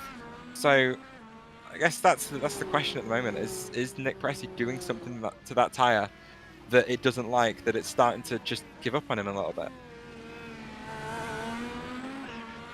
Maybe. I mean, we're not going to see, because Pressey has scheduled it at the end for a reason. It means you don't have to run a full stint. But it's not going to be far off. It's going to be like 15 laps on this tyre. There's not been an extreme amount of fuel saving from the 94 to extend those primary stints and really make it a dash on the primaries. And so if there's going to be a fall off, we are going to see it. But for the time being, it's really not appeared. Gap out under 4 seconds. With 6/10 gained on that last lap. Perhaps see what the time gain is on this one. As there's a little bit of a lock up there, a little bit wide of the apex, but still gonna cut the beam and gain another half a second. It seems like it's gonna run out of time just a couple laps early, but it's gonna really put the pressure on the 89, and we've seen how tricky the pressure can be to deal with at this track. Yeah, and the question is, if Pressey catches Lilac, we know that she's been rolling over for other cars all race long. Will she do the same for the 94? She has a championship lead to think about in both teams and drivers, and every single point matters. It's a 2-4 finish for TMR at the moment, so they are outscoring both Mirai United VRT and NPEM. So I'm sure Lilac will be thinking about that, but of course the biggest thing on her mind is maintaining that P1 at the top of the Drivers' Championship. So for her, is it worth just letting Nick Pressey by and making sure she stays safe, or does she want to build as big as a gap at the front as she can? Big opportunity handed to her by her teammate Alex Miller disconnecting from the race. So a big amount of points being scored over that second place driver at the moment. And of course, John Hagan, who's out of this race and currently in third, and I believe challenging for second if you start to count drop points. So Lilac's here, a lot of questions on her mind, and a lot of questions for her to answer in the last 4 laps of this race. Well, 3 laps for her. Yeah, this one was very costly for Hagan because missing the first 2 rounds of the season really needed to save those drop weeks. But I believe after an incident, was it Atlanta? And another one here today, that's really starting to cut in. No, he finished second at St. Louis. Yeah, had a great race. What I will say is that I think actually this is going to be a gain for Mirai United over TMR. Bonus of course, points, Liz Fox had the early incident, but has brought it back out the pit lane and is holding on to P6 here. And with how many more points you get for a win, 50 versus 40, and even more with the number of laps led that Ruby has, I think it's going to be chipping away, and I mean, more importantly, it's just such a great way for Ruby to get a springboard for this campaign. Obviously, joined late isn't necessarily going for a championship fight, but hasn't had the best luck in the first 2 starts of the season. 10th and 11th, this is very much more of her style of racing. I think she'd be very proud of what's happened here after a 4th place finish at the Long Beach Street Circuit last season. I was going to say, I'm right in saying she's a Long Beach native, or at least very close to the circuit. Yeah. So this is almost going to be a second home for her in this sort of bumpy street track style. So I'm sure she feels right in her place, sending a Dallara IR18 around the streets of Chicago. But as we refocus on that fight for P2, the gap currently sits at 2.5 seconds. And it's going to be really close to the end of the race for these guys who are going to have 2 laps to go coming across the line. Nicholas Pressey is really starting to run out of opportunities, and there is a little bit of traffic that may get involved in this fight. Number 28 of Mo Perry in front of the 89 of Lilac Deer might hold Lilac up a little bit. It's yet to be said. It just depends on where they catch. But Pressey is doing everything he can to try and bring that gap down. It's going to be just over 2 seconds as they come across the line with 2 tours left in this race. And he's going to have 2 more opportunities into every corner to try and make something happen.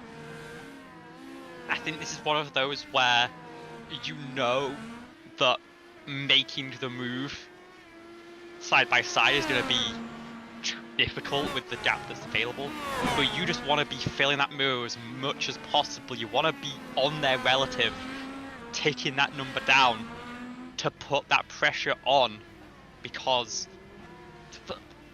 objects in the mirror may be closer than they appear. You have to be worrying about that as a driver, and if you can get the car head out of rhythm at a track like you get them glancing to the side to their wind mirrors, they're not looking where they're going, and you can force them a stage, but you can also maybe just force them into playing it a bit safer than they normally would.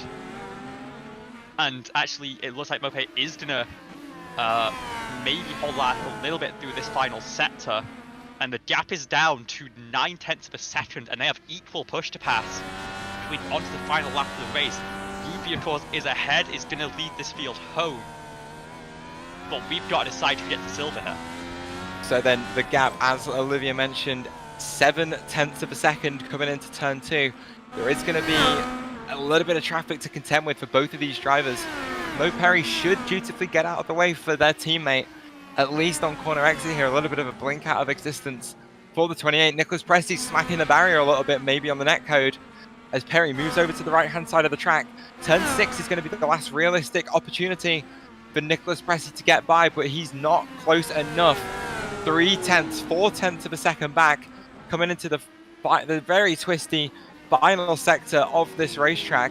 He's only a few tenths behind Lilac here now, trying to make that move work, get Lilac out of a rhythm. But as we refocus towards the front of the field, coming around the final corner, take her first win in Champ Car competition, Ruby Nekamata crosses the line in P1, and Nicholas Pressy isn't going to have an opportunity to get by Lilac Zia. Through the final corner, this fight goes.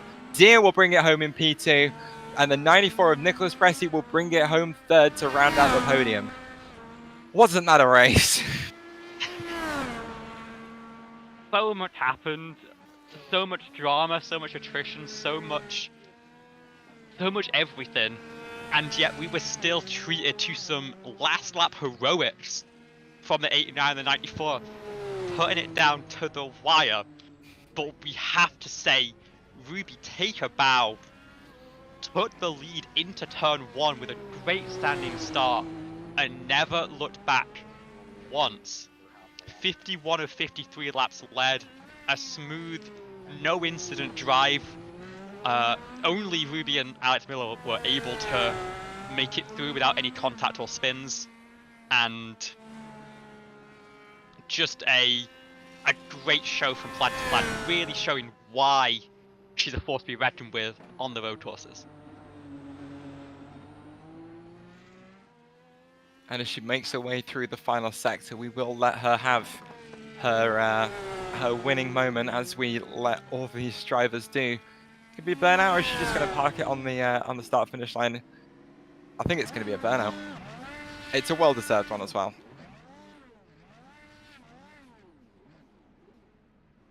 And this is the real test. How well can you burn the car out without smacking up some body? But you've done a great job all race keeping it clean.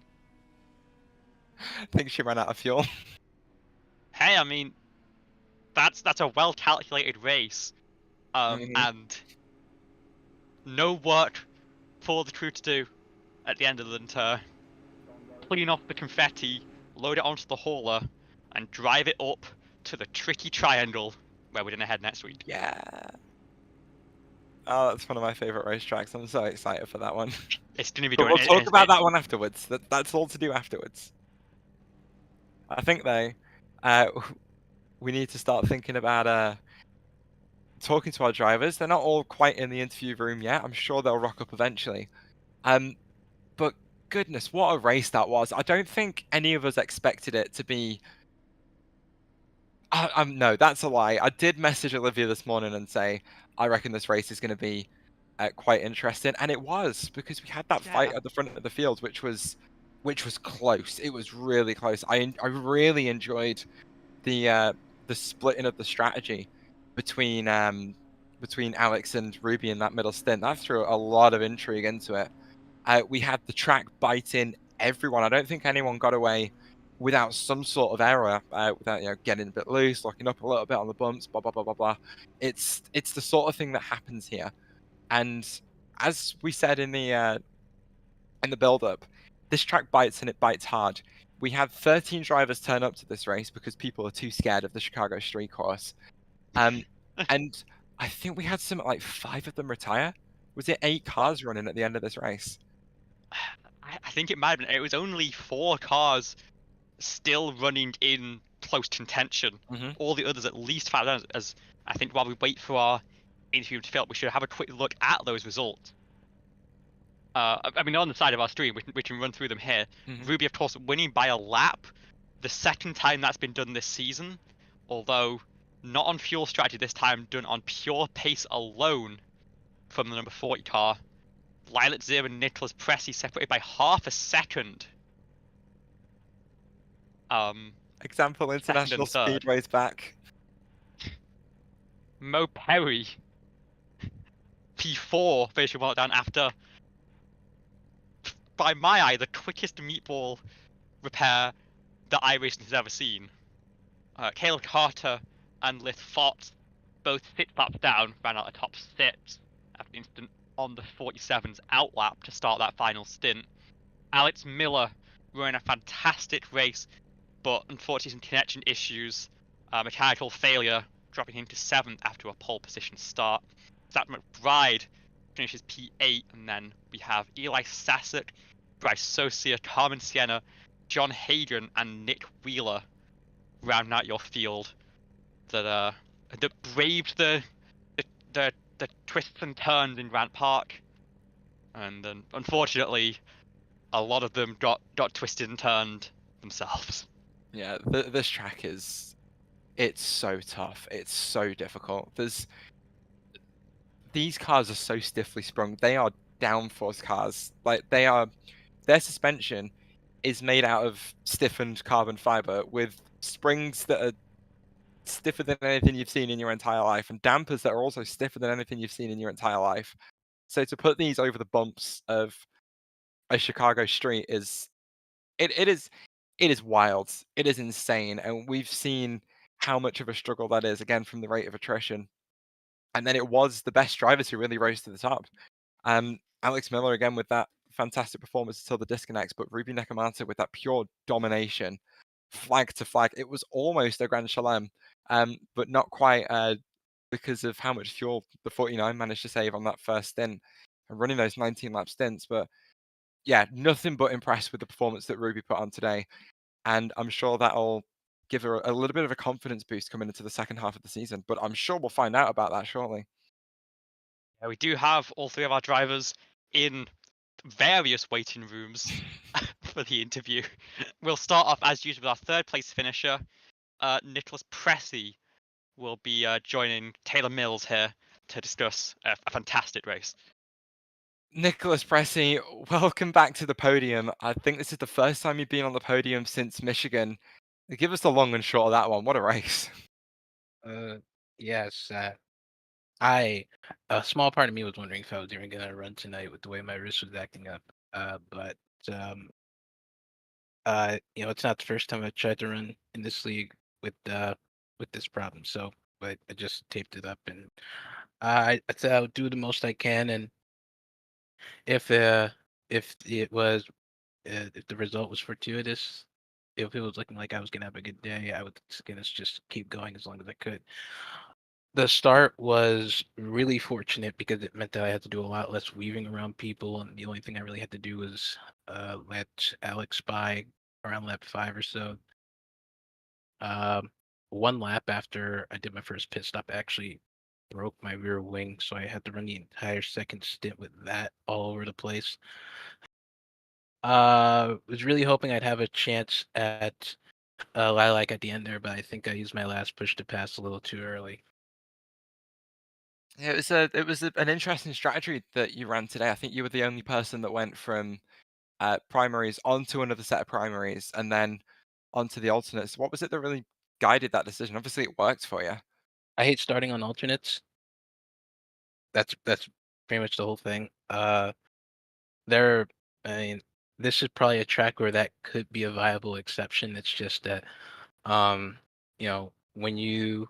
I spend so much time at street courses just practicing the primaries because I think I'm going to be on that tire the majority of the race. I might as well focus on that and not worry about the alternates. I could have used a bit of alternate practice. Apparently, I was not great out of the gate on that last stint. But I don't have any regrets about the strategy and how it played out. No, I wouldn't either. As I say, it clearly worked out for you today. But perhaps back to a more comfortable circuit next week, the Tricky Triangle, Pocono Speedway. How are the confidence levels coming into that one? How are you guys preparing for that? Well, Not you to don't use- need to give away any trade secrets, but No, I got one. I don't have to use my left wrist nearly as much there. Uh, so, and Doug's gonna be back.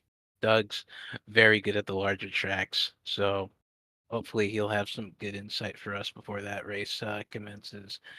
If we can, I understand it's an arms race. It's a big deal that what we're trying to do, trying to take it to the other teams head to head.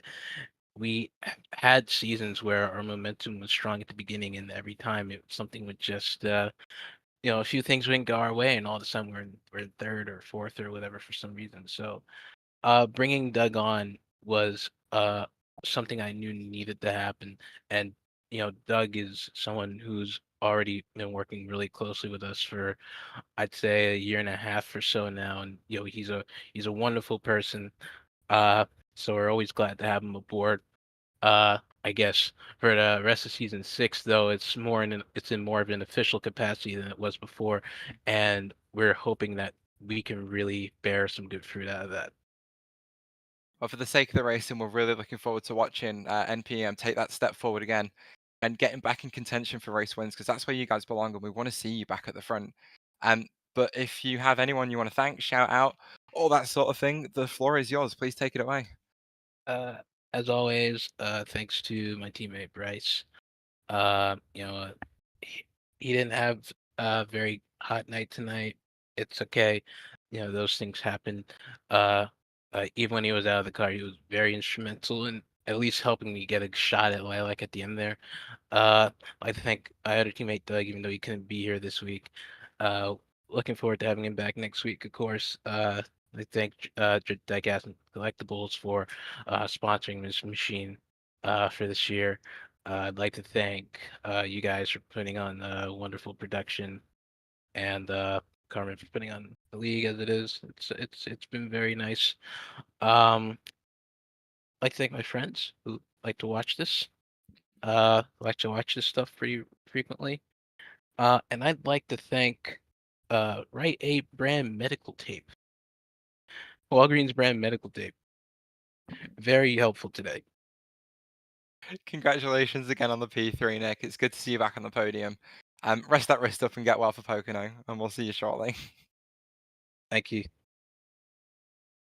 Nicholas President of NPM, his first podium finish since Michigan.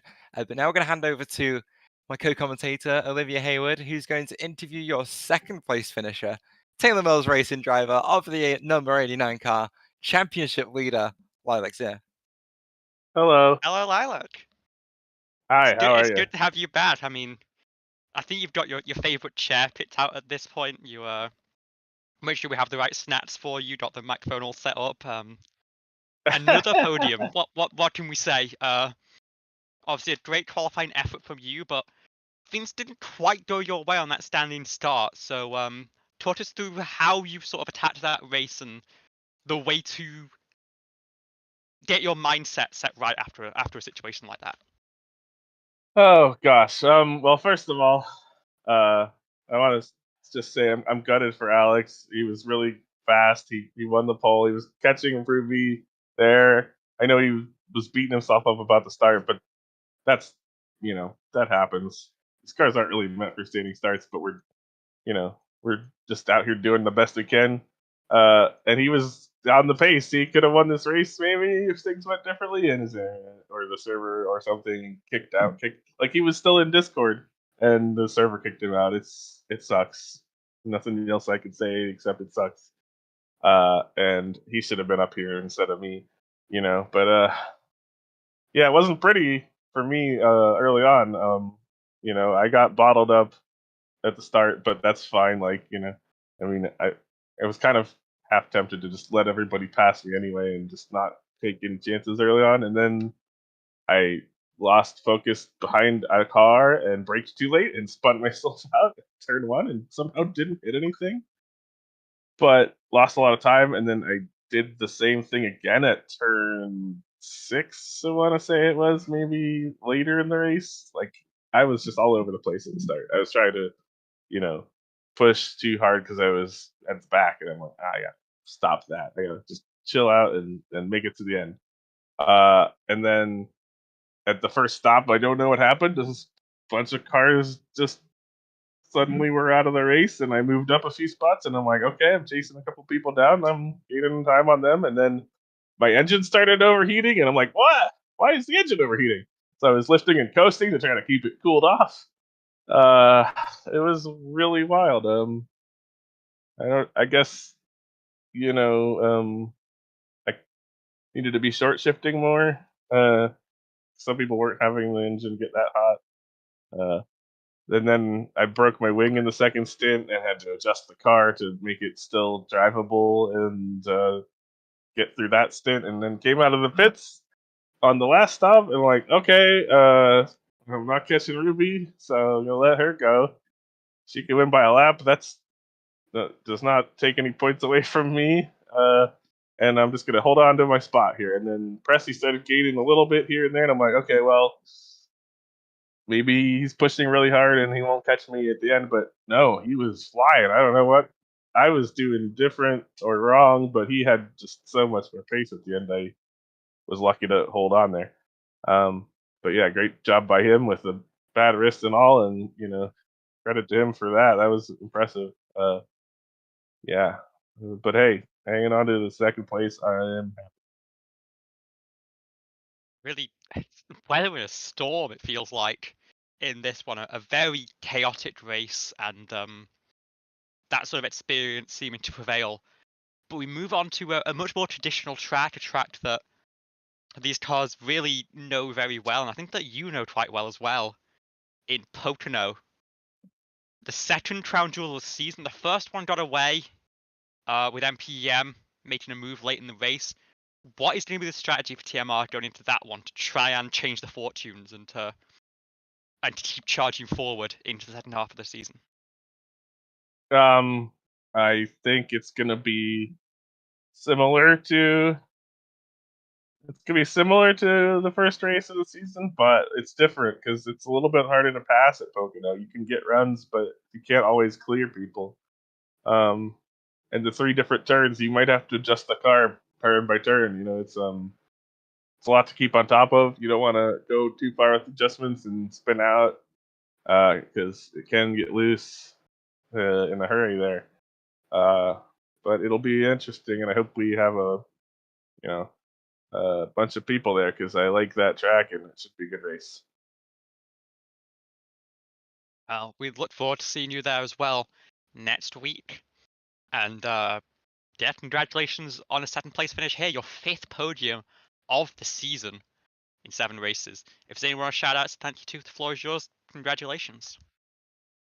Yep, shout out to ABN and all the broadcasting team and Carmen for putting it on, and shout out to my teammates. They were doing great today, and Mo did a great job too. Got another 4th place. We're gonna call him Mr. 4 or something. Maybe not Mr. 4. We'll call him, I don't know. Mo, you think of a funny joke for 4. We'll get on that later. But yeah, it could have been we could have been 2, 3, and 4 or something like that if things went differently. But obviously, all of us, we put in practice, we put in the time this week, and it showed in the pace. And sometimes good things do arrive for people who put the time in and stuff. Like obviously we had bad luck today still, so it's not all great, but our team is all pulling together, so we at least have each other to lean on for that. That's great to hear. Thank you for joining us, and hopefully good fortunes continue for everyone next week in Pocono. Thanks. And with Lilac Zir on the move, we have a fresh face to talk to in our interview room. David Kreutz, I will leave you with first-time winner by a lap, Ruby Nakamata. A statement race for a brand new race winner. Every lap led, close to it rather, 51 laps led on the table. Ruby, what a race it was. Might have not grabbed the pole position, but looked to be the quickest driver in most every lap since. How was it out there in Chicago when you're maiden victory here in the Champ Car World Series? It was pretty frightening, I have to be honest. I had a big scare, actually. I'm not sure if the broadcast caught it, but I actually, on the final pit stop, I burned the rear tires too much coming out of the pit box, and I knew for sure that was going to be trouble. So I took it easy as much as I could. And then, I forget what turn this was, but it was around where all the McDonald's signs are at in the 3rd sector. And I went over a bump sideways really bad, and I had to just lock it down as hard as I could, and I think I nearly cried there. I broke down, and I had a little panic attack. But It was very interesting. Alex Miller gave me a pretty good race all day long. It sucks for his mechanical issues or his hardware issues. I feel like maybe he would have gotten me. I'm not sure. I definitely would have been really, really aggressive, like with the blocking for sure. And and I had a feeling that the TMR cars that I was going to lap, they were not going to let me by too easily. And I was like, I just got to accept the fact. And so I just tried to find my way around. But in the end, it was just all about surviving and just trying to be consistent and just running and just being within my limits. And the first thing, of course, we saw before it became all about the lap drivers was the battle that went on for the good part of that first half. You and Alex Miller fighting for the race win until Miller's unfortunate disconnection. It seemed like if any driver would stick with you tonight, it would have been Alex. How was it out there having to deal with a driver who seemed to be matching you through the first part of the pit cycles? Yeah, I feel like maybe I should have gotten on the alternates for this. I mean, I was thinking about staying on the alternates, but I felt like I needed to get I feel like I need to get the tire change out of the way, and I had enough of a gap. I wasn't sure if the overcut that Alex was doing was going to mess me up. But the gap that I had when he came out the pits, I felt a bit more confident, and I was really tight on fuel the whole way. So I had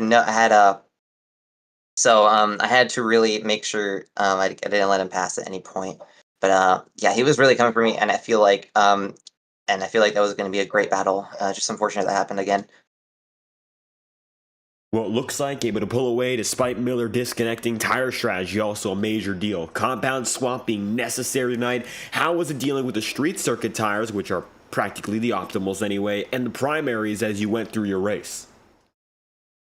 Primaries, it felt pretty comfortable actually. I wasn't really expecting. I was really worried about how I would handle the primaries. I didn't really do any running. I didn't do any laps on them actually before today, so I decided again just to run within my own limits and just try and make it to the end. And once I got onto the alternates again, like I said, at the very beginning of my final stint, I kind of got scared off, but I knew that I had a pretty good gap, so I could just keep it easy. And I felt like maybe I could have done a bit better with my pace, but I mean, yeah, I feel like a win is fine enough. Well, all things considered, a burst time winner here in this series, and a street circuit at that, one we don't often visit as a type of circuit. Up next, though, we're going to be heading to another big track, which is Pocono, one of the fastest on our schedule. You got momentum now, and of course showing that this could be maybe a second half of the season worth watching out for. How are you feeling about heading down to Pennsylvania and maybe giving it a chance to go back-to-back? No, I'm thinking about it. Yeah, I'm not very used to the open wheel oval racing, so it's something like Atlanta and not Milwaukee. I'm sorry, Gateway. Those are new experiences, and Pocono is going to be another new experience. I've never driven on Pocono, so if I decided to race, then I'm gonna try and keep my expectations low. I'm not going to try and hype myself up, but yeah, just a matter of see if I'll run it or not. Well, all things considered tonight, breaking out in the big way in Chicago, winning and leading the field by a full lap. Ruby, any final thoughts you have? The floor is yours. We'd love to hear it. Yeah, thank you so much to Mariah United for getting me on board with their team. Amazing team. I want to say shout out to Lithium Fox. It sucks that he had a bad day today. He was dealing with a lot of computer issues, and he was on for a good finish. But yeah, I send a lot of hugs and a lot of love to him. Shout out to Queen's Design, Enora Rose, Mia Rose, April Carlsvard, and shout out to the Super Formula for preparing me for the launch at the start. So there you go. And also, good birthday win. So this is a good birthday present. Well, there we have it. A great way to celebrate. And all things considered, checkered flag out for Ruby. Birthday victory here from Chicago. And a first-time winner with a dominant performance. Thank you again for your time. Oh, well, that being said, I read too early, I'm sorry. Oh no. Anyway, that seems like a perfect point to give you a quick update on the championship standings. Alex's increased her lead at the top of the championship by 10 points over Alex Miller, who maintains that P2 after a disappointing disconnect from the Chicago Street Course. Nicholas Pressey moves up into P3 for the first time since the end of the race at Phoenix, knocking Frankie Wynn off that third spot. And then Bryce Saucier rounds out the top 5. Whilst Hagen's managed to hold on to P6, Mo Perry has moved up 2 spots after that second, 4th place finish in 2 races to make it up to P7, jumping both Common Sienna and Indica Scarlet, who's dropped down 4, being replaced by Mo Perry, Lith Fox, and Zach McBride to round out the top 10. In terms of the team's championship, TMR have actually increased their lead at the top of the standings, up by 4 points, I think it is, from 145 to 149 points. There is a 15-point gap between second and third at the moment, currently led by Mariah United VRT, who took the lead after that race result here today from NPEM. Stepping Stone Motorsports have moved up a place as well, overtaking Arrowhead Racing after another disappointing result for them. Ascent Racing also move up 1 position over Royalty Motorsports, who are still 38 points ahead of Gearcats. So it's all still to play for in both the teams and drivers' championships as we start to take into account those drop rounds in the second half of the season.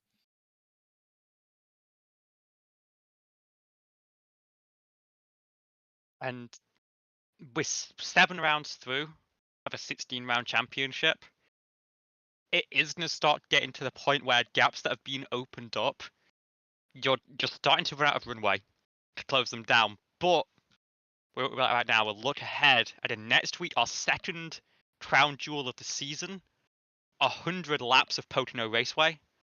Or maybe, I'm not sure if that, anyway, 100 laps of Pocono Raceway. Then after an off week, we have a bit of a Pacific swing, a double header at Motegi, both the oval and the road course, 2 very different challenges that are really going to test these drivers, and then heading to USA for a short track race, and then a third crown jewel in Fontana in California.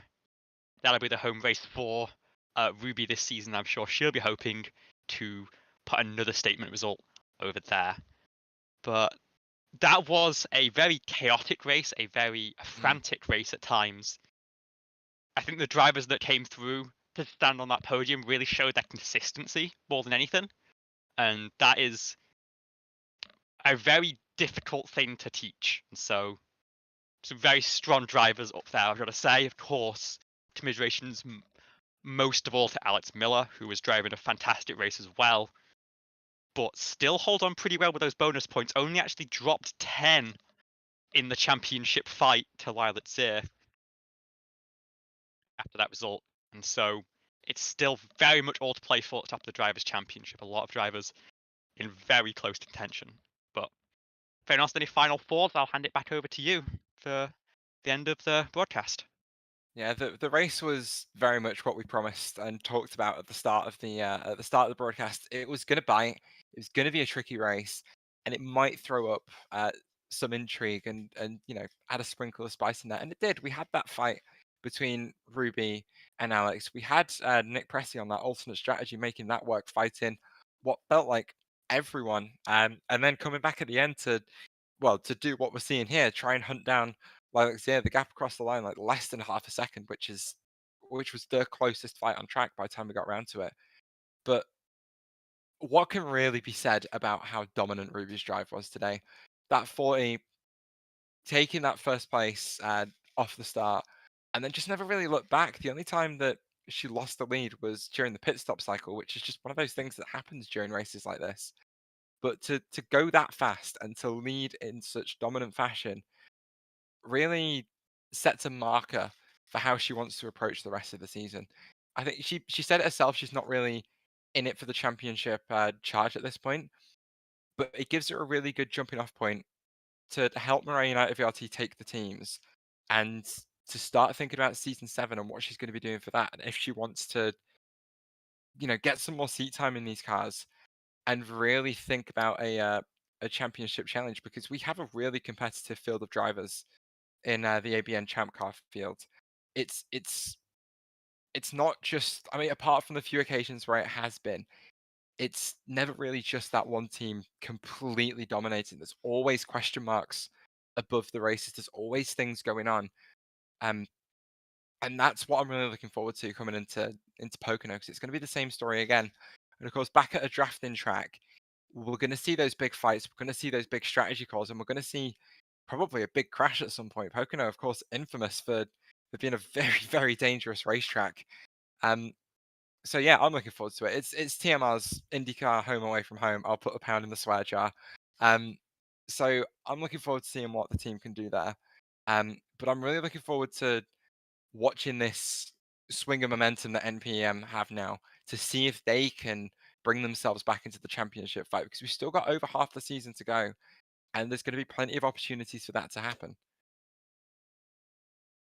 You know, they won't take these Delaras back to Pocono in the real world, but anyway, it's always fun when we head there in the virtual sense. The Champ Car World Series heading to that halfway point. We'll head to Long Pond next week after a tremendous victory with Ruby Nakamata collecting the checkered flag here in Chicago. If you want to stay tuned to where we go next, and of course for the rest of the season, check out our social links here at ABN Studios to stay up to date all throughout our championship, not only the Champ Car World Series, but all other broadcasted series here on ABN. Thank you for tuning in to tonight's coverage here in the Grand Prix of Chicago. I've been behind the board producing, David Kreutz, alongside your hosts, Taylor Mills and Olivia Hayward. We hope you stayed tuned for our future broadcast, and if you enjoyed this one, like and subscribe to the channel here. Always greatly appreciated to have you stop by, come around for these hour or two that we give you of high-octane racing with these open-wheel cars. Thank you for tuning in once again, and we hope you have a fantastic night.